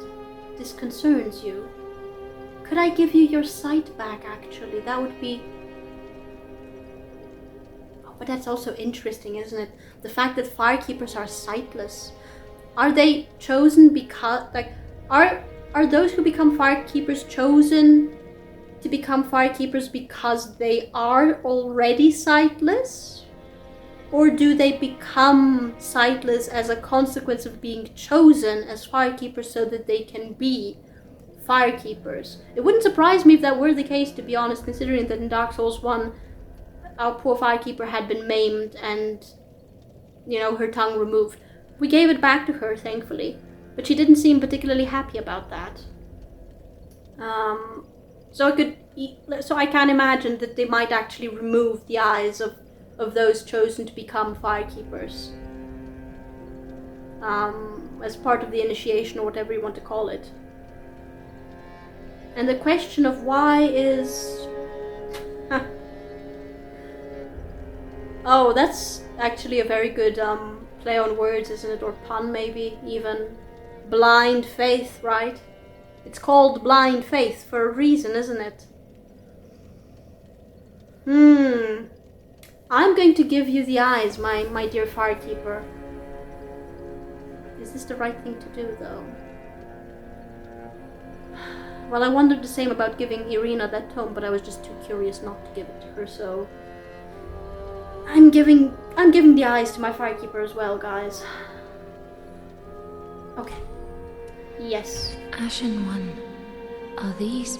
Yes, they are. Are these eyes? Yes, of your predecessor. How gracious of thee, Ashen One. Gracious? The very things we Firekeepers have been missing.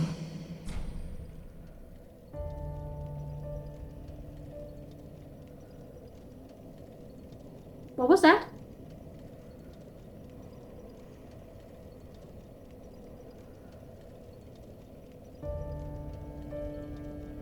The music changed. It's different.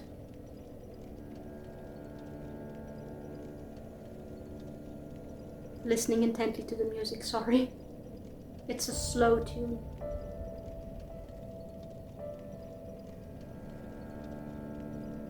I'm going to have to sit in Firelink Shrine for a while and listen to this and see how it differs from the original. It's...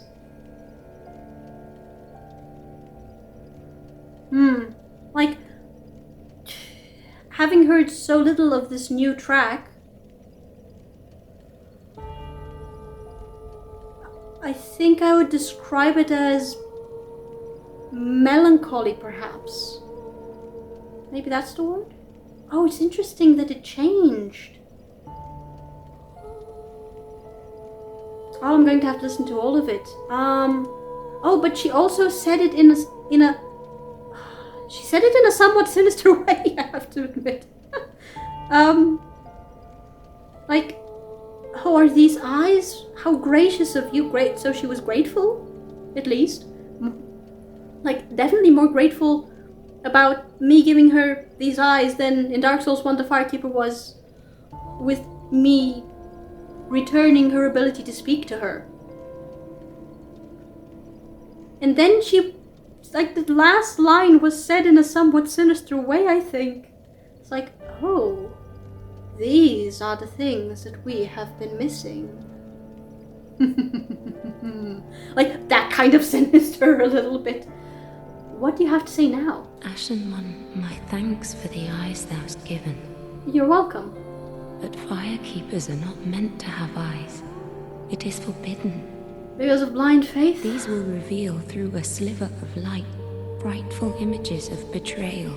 Will reveal. So they've not revealed it yet? Without fire. Ashen One, is this truly thy wish?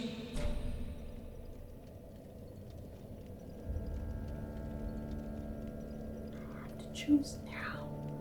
I have to choose now?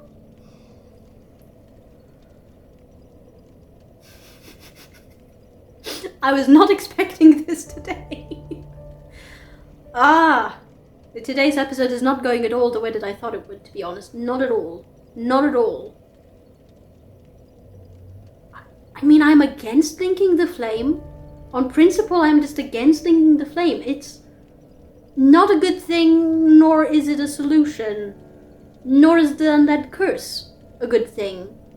I am very much against it.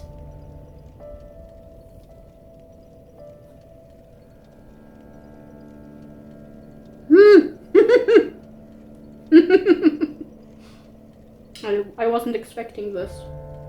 I'm gonna have to make my choice soon because I'm running out of time. It was interesting that she said they will reveal, which means they have not revealed yet, which means she has not yet used them, essentially, right? Oh, let's just go for it. Wish for a world without... I do wish for a world without flame. It is, indeed, mine wish. Of course.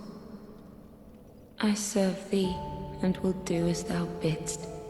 Oh, that was a bit reluctant. This will be our private affair. Oh. No one else may know of this. Oh, a secret. Stay thy path. Find lords to link the fire, and I will blindly tend to the flame. Until the day of thy grand betrayal. Oh my god, well now I feel like I'm part of a conspiracy. Okay. Time. Do you have anything more to say? Ashen One, forgive me if this sounded strange. Oh my goodness, I'm running out of time. The eyes show a world without fire. A vast stretch of darkness. But 'tis different to what is seen when stripped of vision. Yes? In the far distance, I sense the presence of tiny flames. Tiny flames? Like precious embers, left to us by past lords, linkers of the fire. Okay.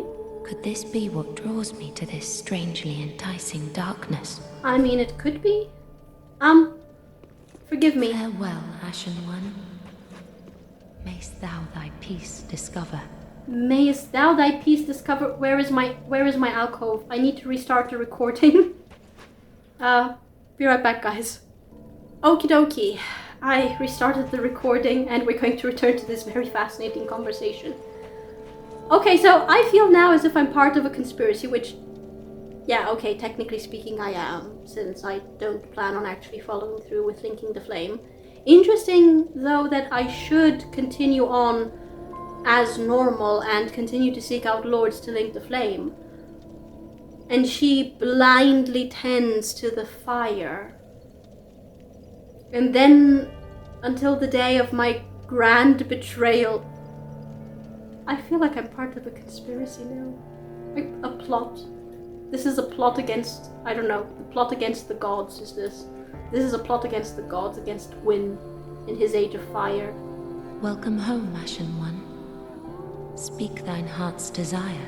I wish to continue our conversation, my dear.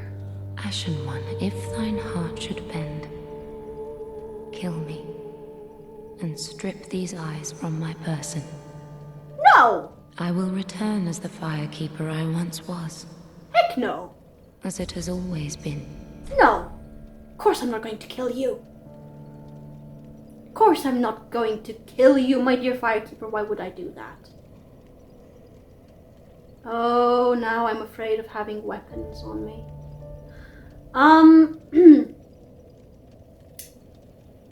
If my heart should bend. My heart should bend. My heart should bend. If I change my mind, essentially. So if I do in fact choose to link the fire.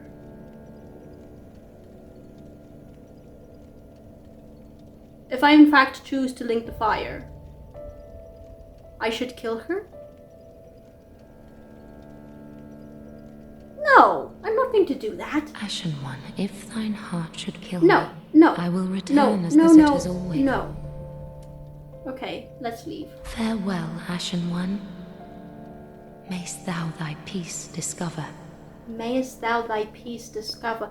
There are some really great parting words, to be honest. Okay, is there a reaction from Yuria to this? I'm curious because she is all about, you know, not linking the flame and ushering in an age of dark or whatever, an age of hollows. Would she react to the Firekeeper now also secretly being against us? Although of course it is a secret, so maybe she's not going to react. Ah, our lord and rightful liege. Yes. Speak freely, thy lordship. I am at thy beck and call. It's kind of nice, thy lordship. Our lord and liege, I prithee, play the usurper. I mean, that's apparently what I'm going to be doing. When so... the moment cometh to link the fire, wrest it from its mantle. Yeah, I'll wrest it from its mantle, I guess. The age of fire was founded by the old gods, sustained by the linking of the fire. Yes, but the gods are no more. This. And the all-powerful fire deserveth a new heir. A new heir of fire. Our Lord of Hollows, it shall be who weareth the true face of mankind. Oh, I've not been paying attention to the messages at the end of boss fights. I remember that upon defeating Udex Gundyr at the beginning of my playthrough, the message I had at the end was Heir of Fire, I think. Heir of Fire defeated. Have I seen that message again afterwards? I wasn't paying attention. Oh, shoot. I'm going to have to... Yeah, okay. Oh, that's... Okay. Be safe, our lord and liege. I shall be safe. I prithee wrest the flame from its mantle. It shall be wrested from its mantle. Yuria, my dear. Well, I'm part of a conspiracy now. Great. Planning a betrayal.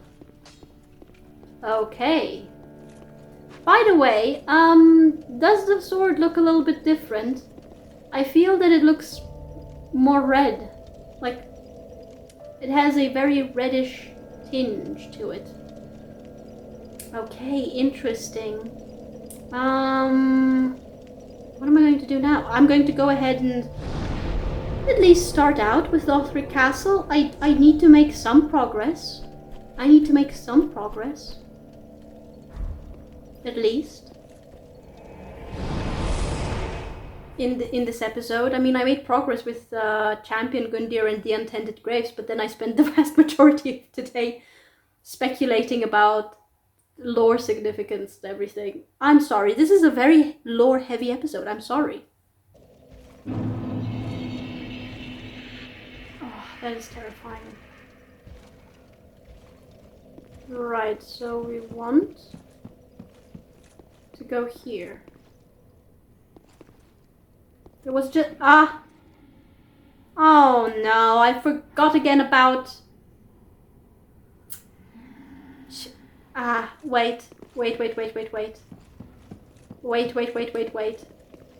I saw the chest and I remembered that there was a chest I forgot to check out, in fact. What was the bonfire though? I don't remember anymore. No, that was not it. Not it.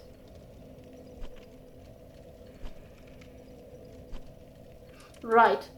I remembered that there was this one chest I managed to miss out on. In the small, like, in-between area after Osiris's boss arena. Right. What a bizarre tunnel.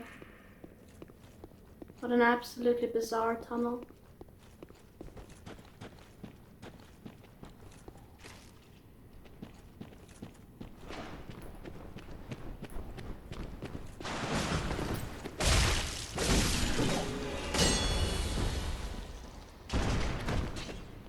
Anyone else? I find it incredibly bizarre that these corpses bleed. They shouldn't bleed. Ah, chest. Is it a normal chest? I think it's a mimic. Let's see if you breathe. I can't tell because of the rocks.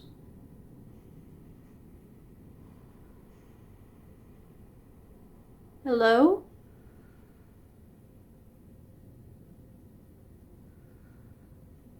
No, I think it's actually a normal chest.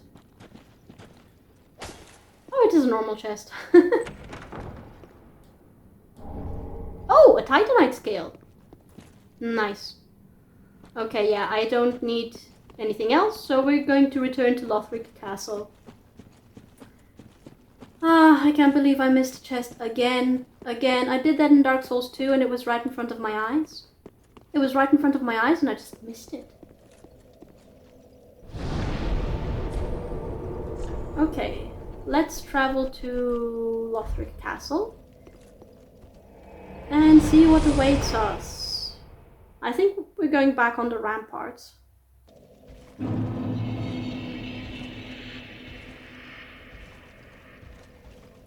Right. Okay. Sorry, I just wanted to make sure that the knight had left. And this was the chest where I got the, prayer set from, I think. Oh my god, what are those creatures?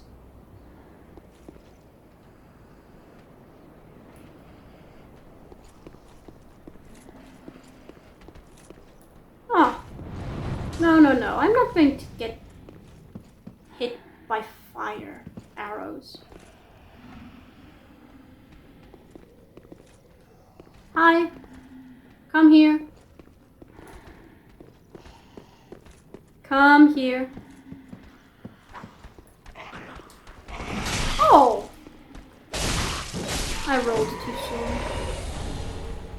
Large Titanite shard. Oh!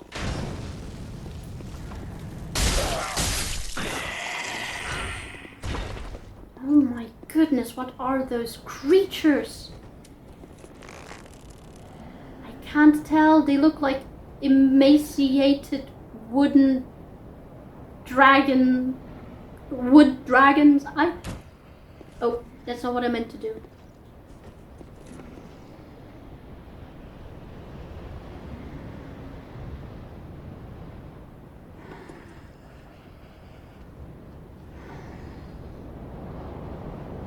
Oh, I see you behind that wall.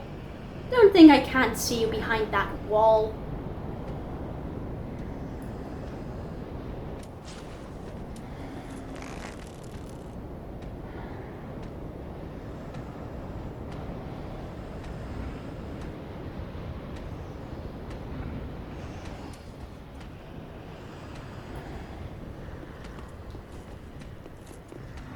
Come on. I do not have the patience for this.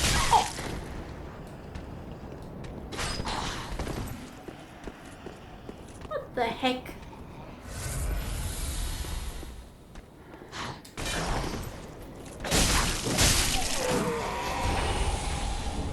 Also a large Titanite shard.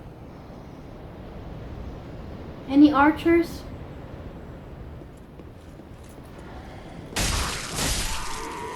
Well, that was an archer. And let's provoke you into getting out of your hiding spot.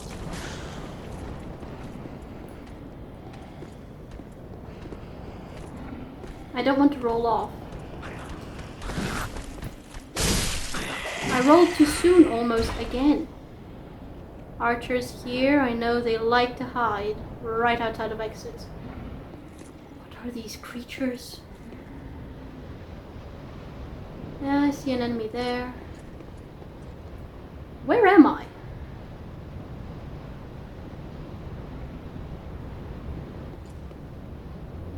Not somewhere familiar to me, I think. Okay, I see another enemy there.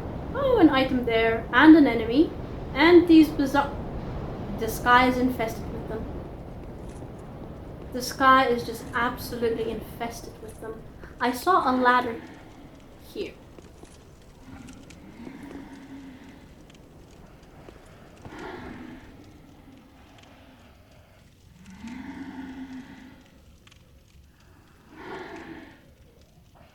Huh. What are you, I wonder? Oh.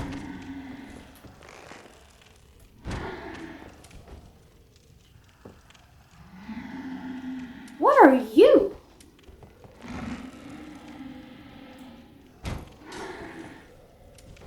Oh!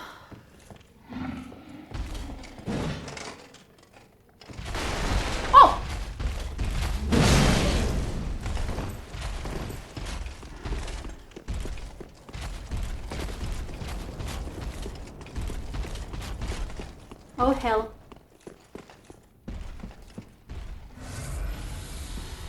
He jumped down and I did not hear him? What the heck?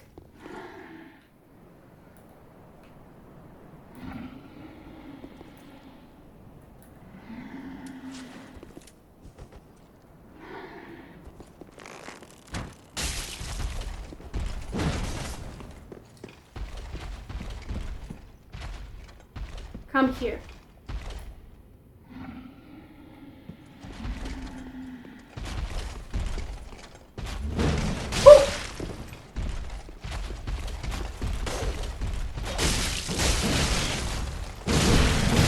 Oh!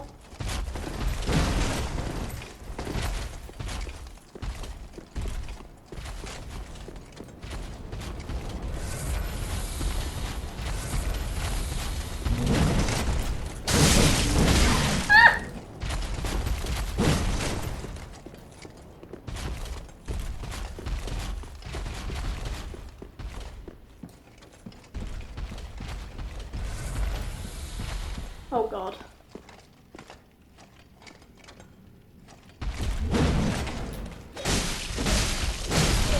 What were these? What is this?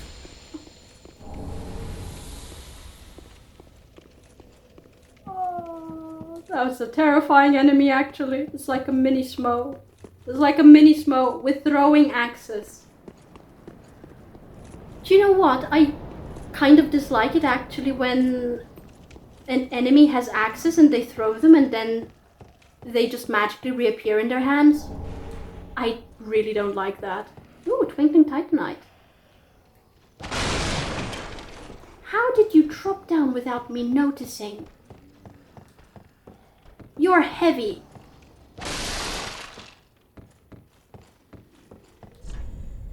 Illusion ahead.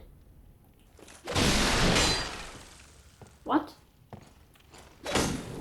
Oh!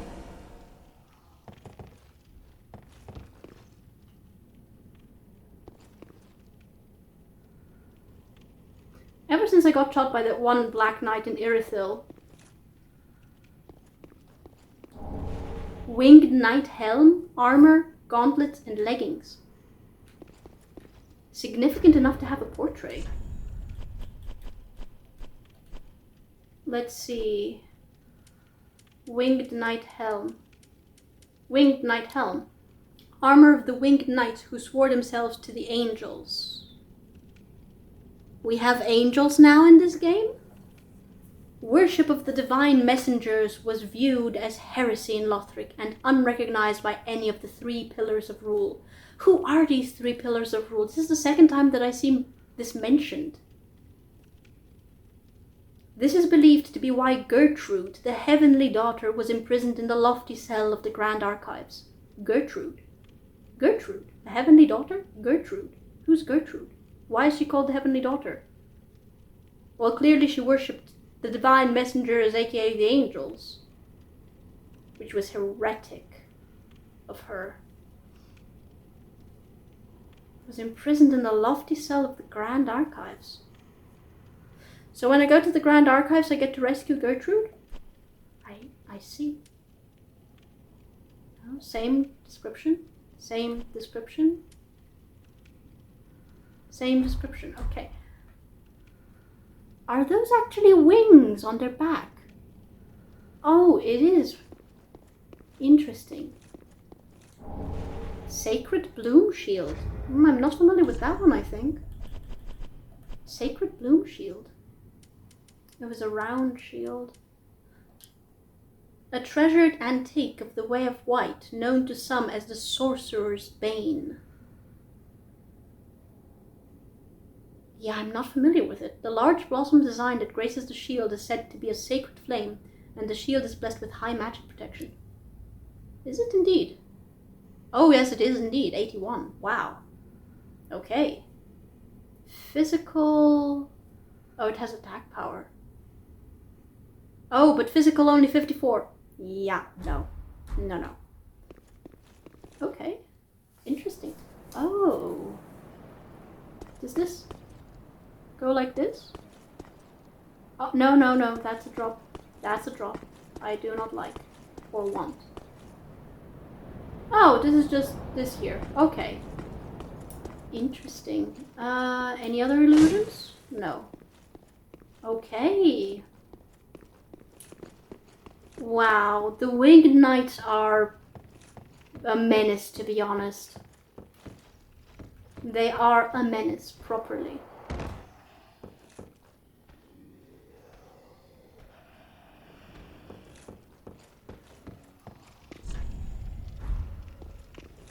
Time for tough enemy. Try poison. I tried poison. It did not work.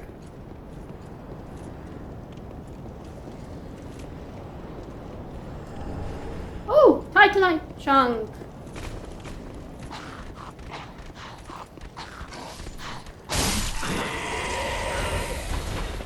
Did the other one just drop? Oh, and another Titanite chunk.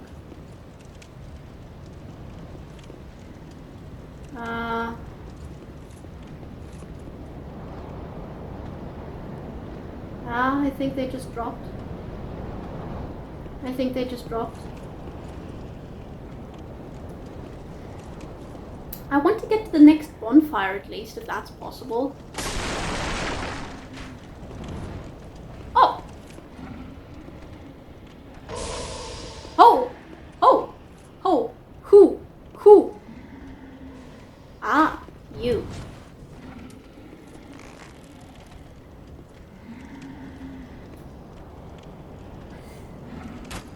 Are you kidding me? Is that the sun? Wait, this is fascinating.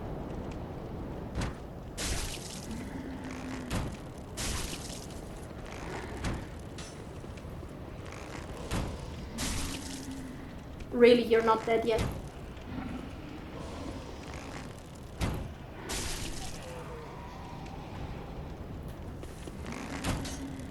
I don't mind taking enemies out from a distance.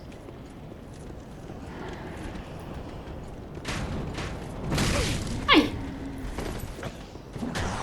Oh! Yeah, let's get out of range of arrows. Oh, one of you.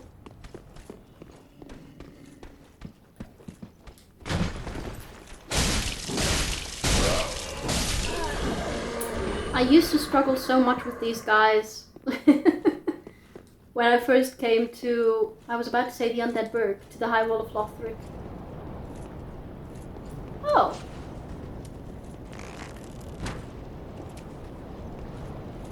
Where are you from?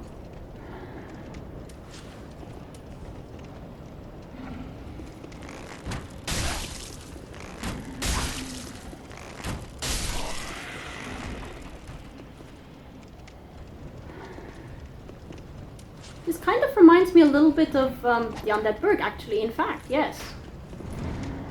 How did you?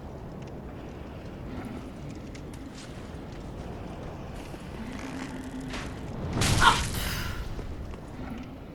So slow to aim.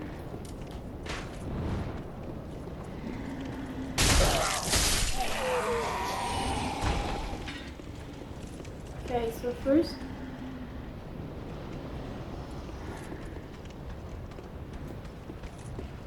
Oh.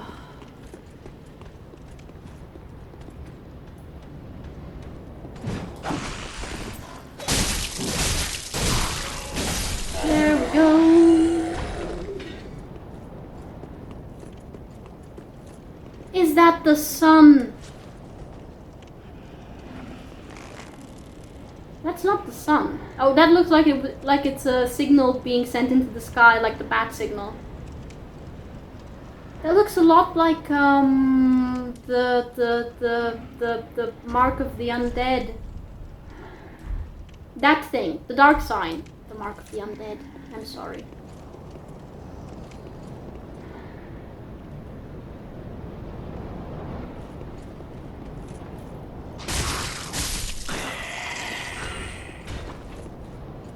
Okay, item, large soul of a weary warrior. And I see an item over there as well.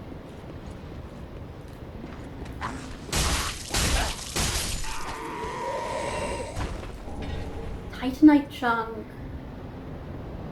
Okay. I'm getting a lot of Titanite chunk. What am I supposed to do with all this Titanite chunk? Okay, that's fascinating. Why does that look like that? And again, what are these creatures? Why are they everywhere? Why are they everywhere? They're pretty much just infesting the sky. Now then. Archers? No. Although I do hear sounds. No, that was just empty armor.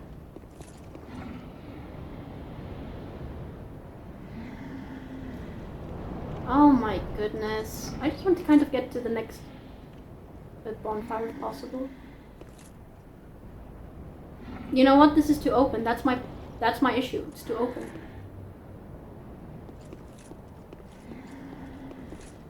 Oi! How did I get up there?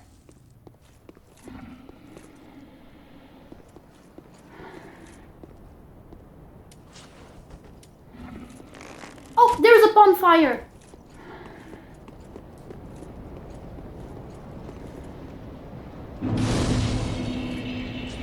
Wait, there's an item. Ember. Okay, well I got to the next bonfire at least. Ah, my goodness. What should I do, I wonder? How do I get up there? What's that? What's that?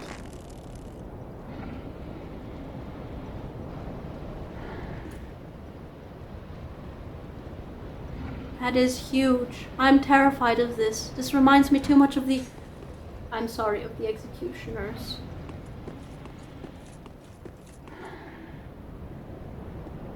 Oh my goodness. Oh, that is not going to be pleasant.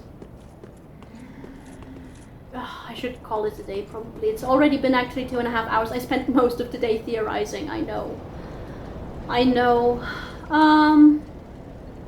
But you know what? Okay, I've gotten actually to the next bonfire. No, I'm too curious. Dang it. Oh, is that another dead... Oh, it's not a dead dragon. Oh yeah, it's a living dragon.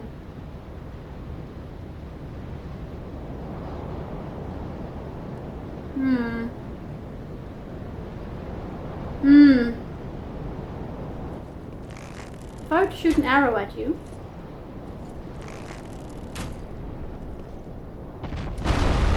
Ah! Oh! Oh! Oh!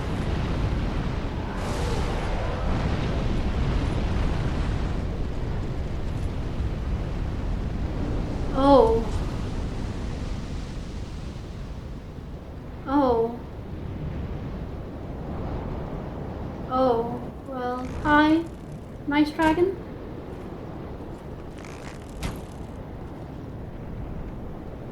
$29 damage.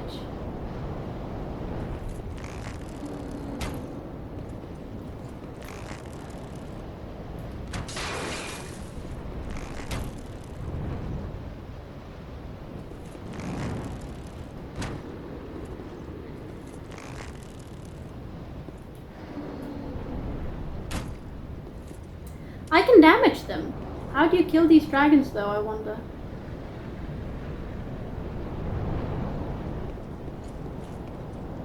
Are you about to flambe everything?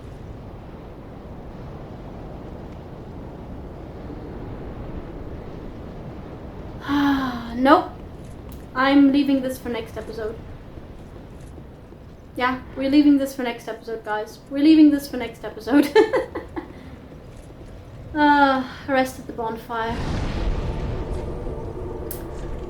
Dragon Barracks. Barracks. Oh, a very apt name. Very, very, very appropriate name, honestly. Dragon Barracks. How am I going to deal with 2 fire-breathing dragons and my arrows don't really do any damage? I can't get close to them. They're going to flambe me. Do I just run past them?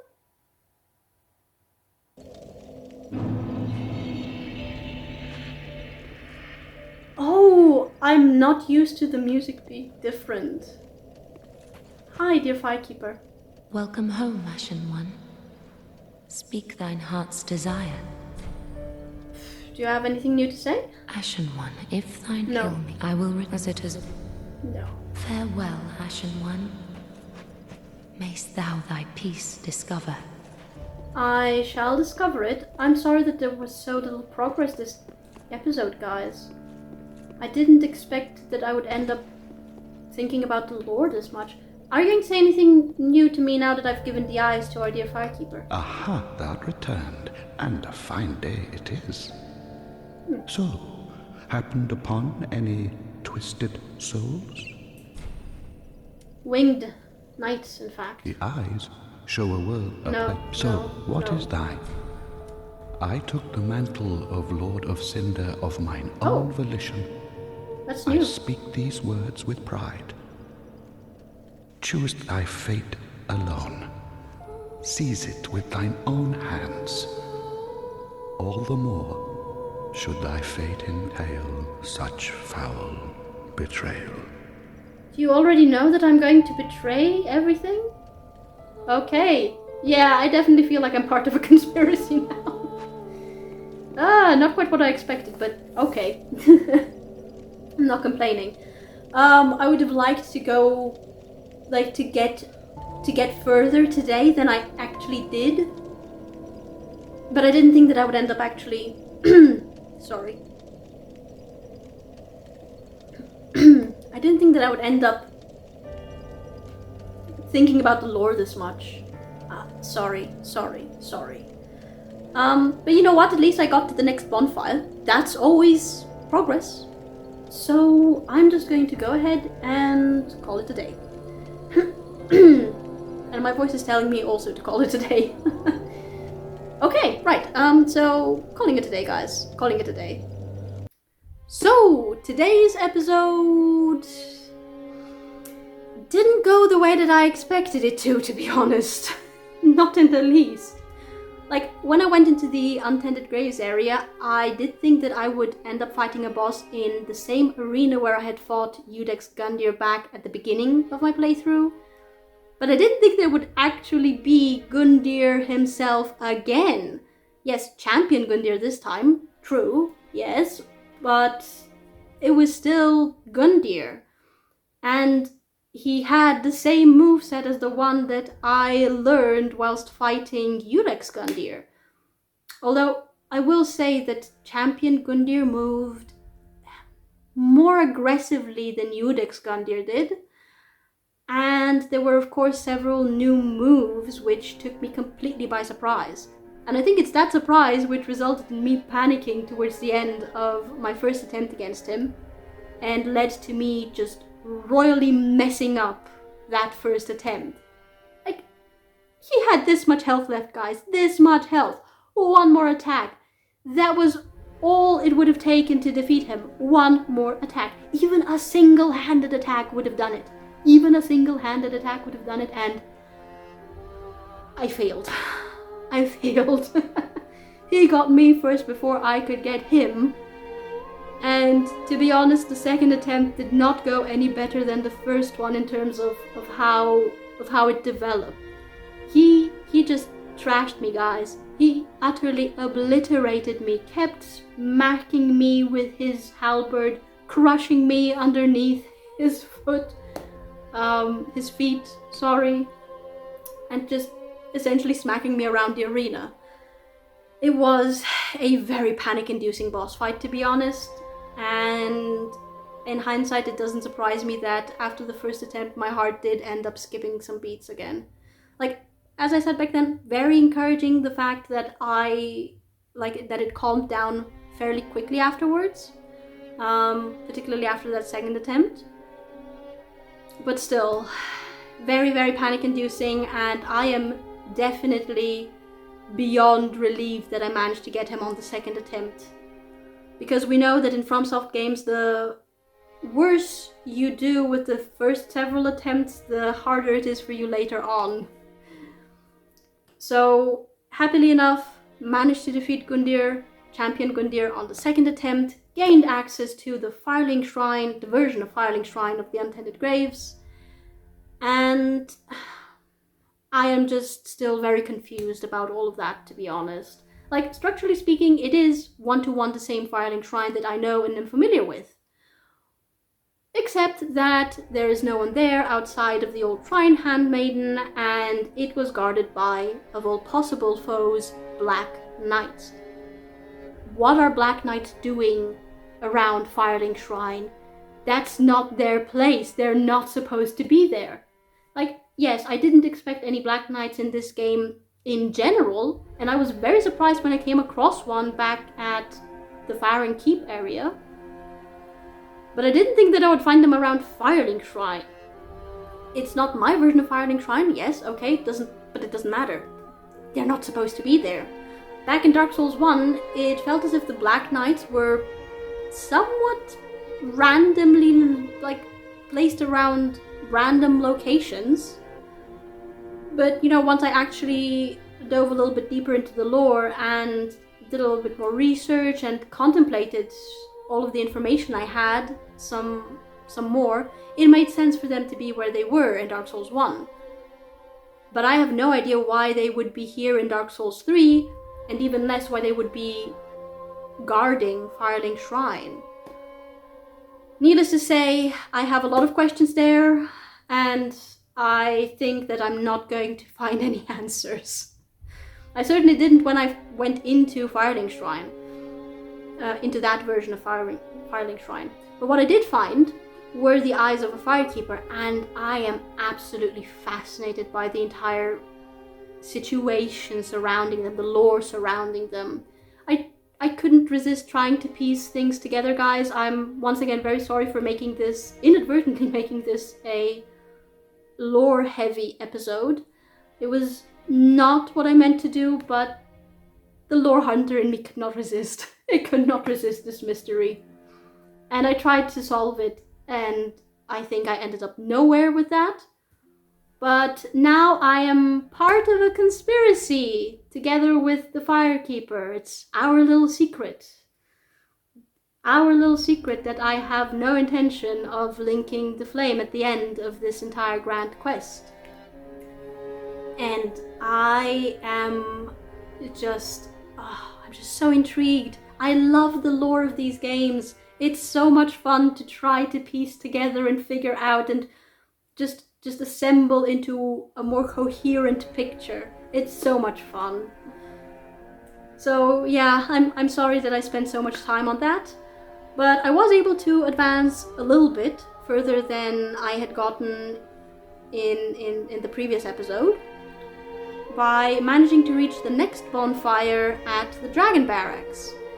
Those winged knights are absolutely terrifying, and I fully plan on trying to fight them from a distance if possible, and if not, well, I suppose I'm going to have to improve my dodge timing, aren't I? Because I see no other way of dealing with them. Not when they can throw their axes. Not when they can throw their axes and are surprisingly silent and fast for their size and weight. But more importantly, I did reach that bonfire and I was able to take a closer look at the ramparts of Lothric Castle, I guess. And what I have seen is also very intriguing. There are all of these flying, dragon-like beings that don't really actually resemble dragons now that I think about it. I don't know how I would describe them. They look as if they're made of wood and their wings are made of branches, which means that they should not in any way, shape or form be able to fly. But they are flying, or maybe gliding would be more accurate. I don't know. I don't know what kind of creatures they are. They kind of, I don't know, they have a bit of a fairy kind of air around them, I guess. And dragon, I don't know. I don't know what kind of creatures they are, and I am very curious if I'm going to find out what kind of creatures they are. I'm also very curious if I'm going to find out why the sun looks the way that it did. It took me a while to notice it. But it was definitely the sun, and it looked as if it was in a permanent eclipse, and it was surrounded by the dark sign. It has to have some kind of significance. FromSoft does not do things like this without it having some kind of meaning. It's like in Bloodborne when you go from the regular moon to the blood moon. There is meaning in that, there is significance to that, and there has to be significance to this as well. I just don't know enough yet to be able to even speculate. Hopefully, though, I am going to find out more about the creatures and the eclipsed sun and just Lothric Castle and the lore in general when I explore the Dragon Barracks proper. So look forward to that in the next episode, and if you guys enjoyed watching this one, leave a like, subscribe, check out the link below, and see you guys next time.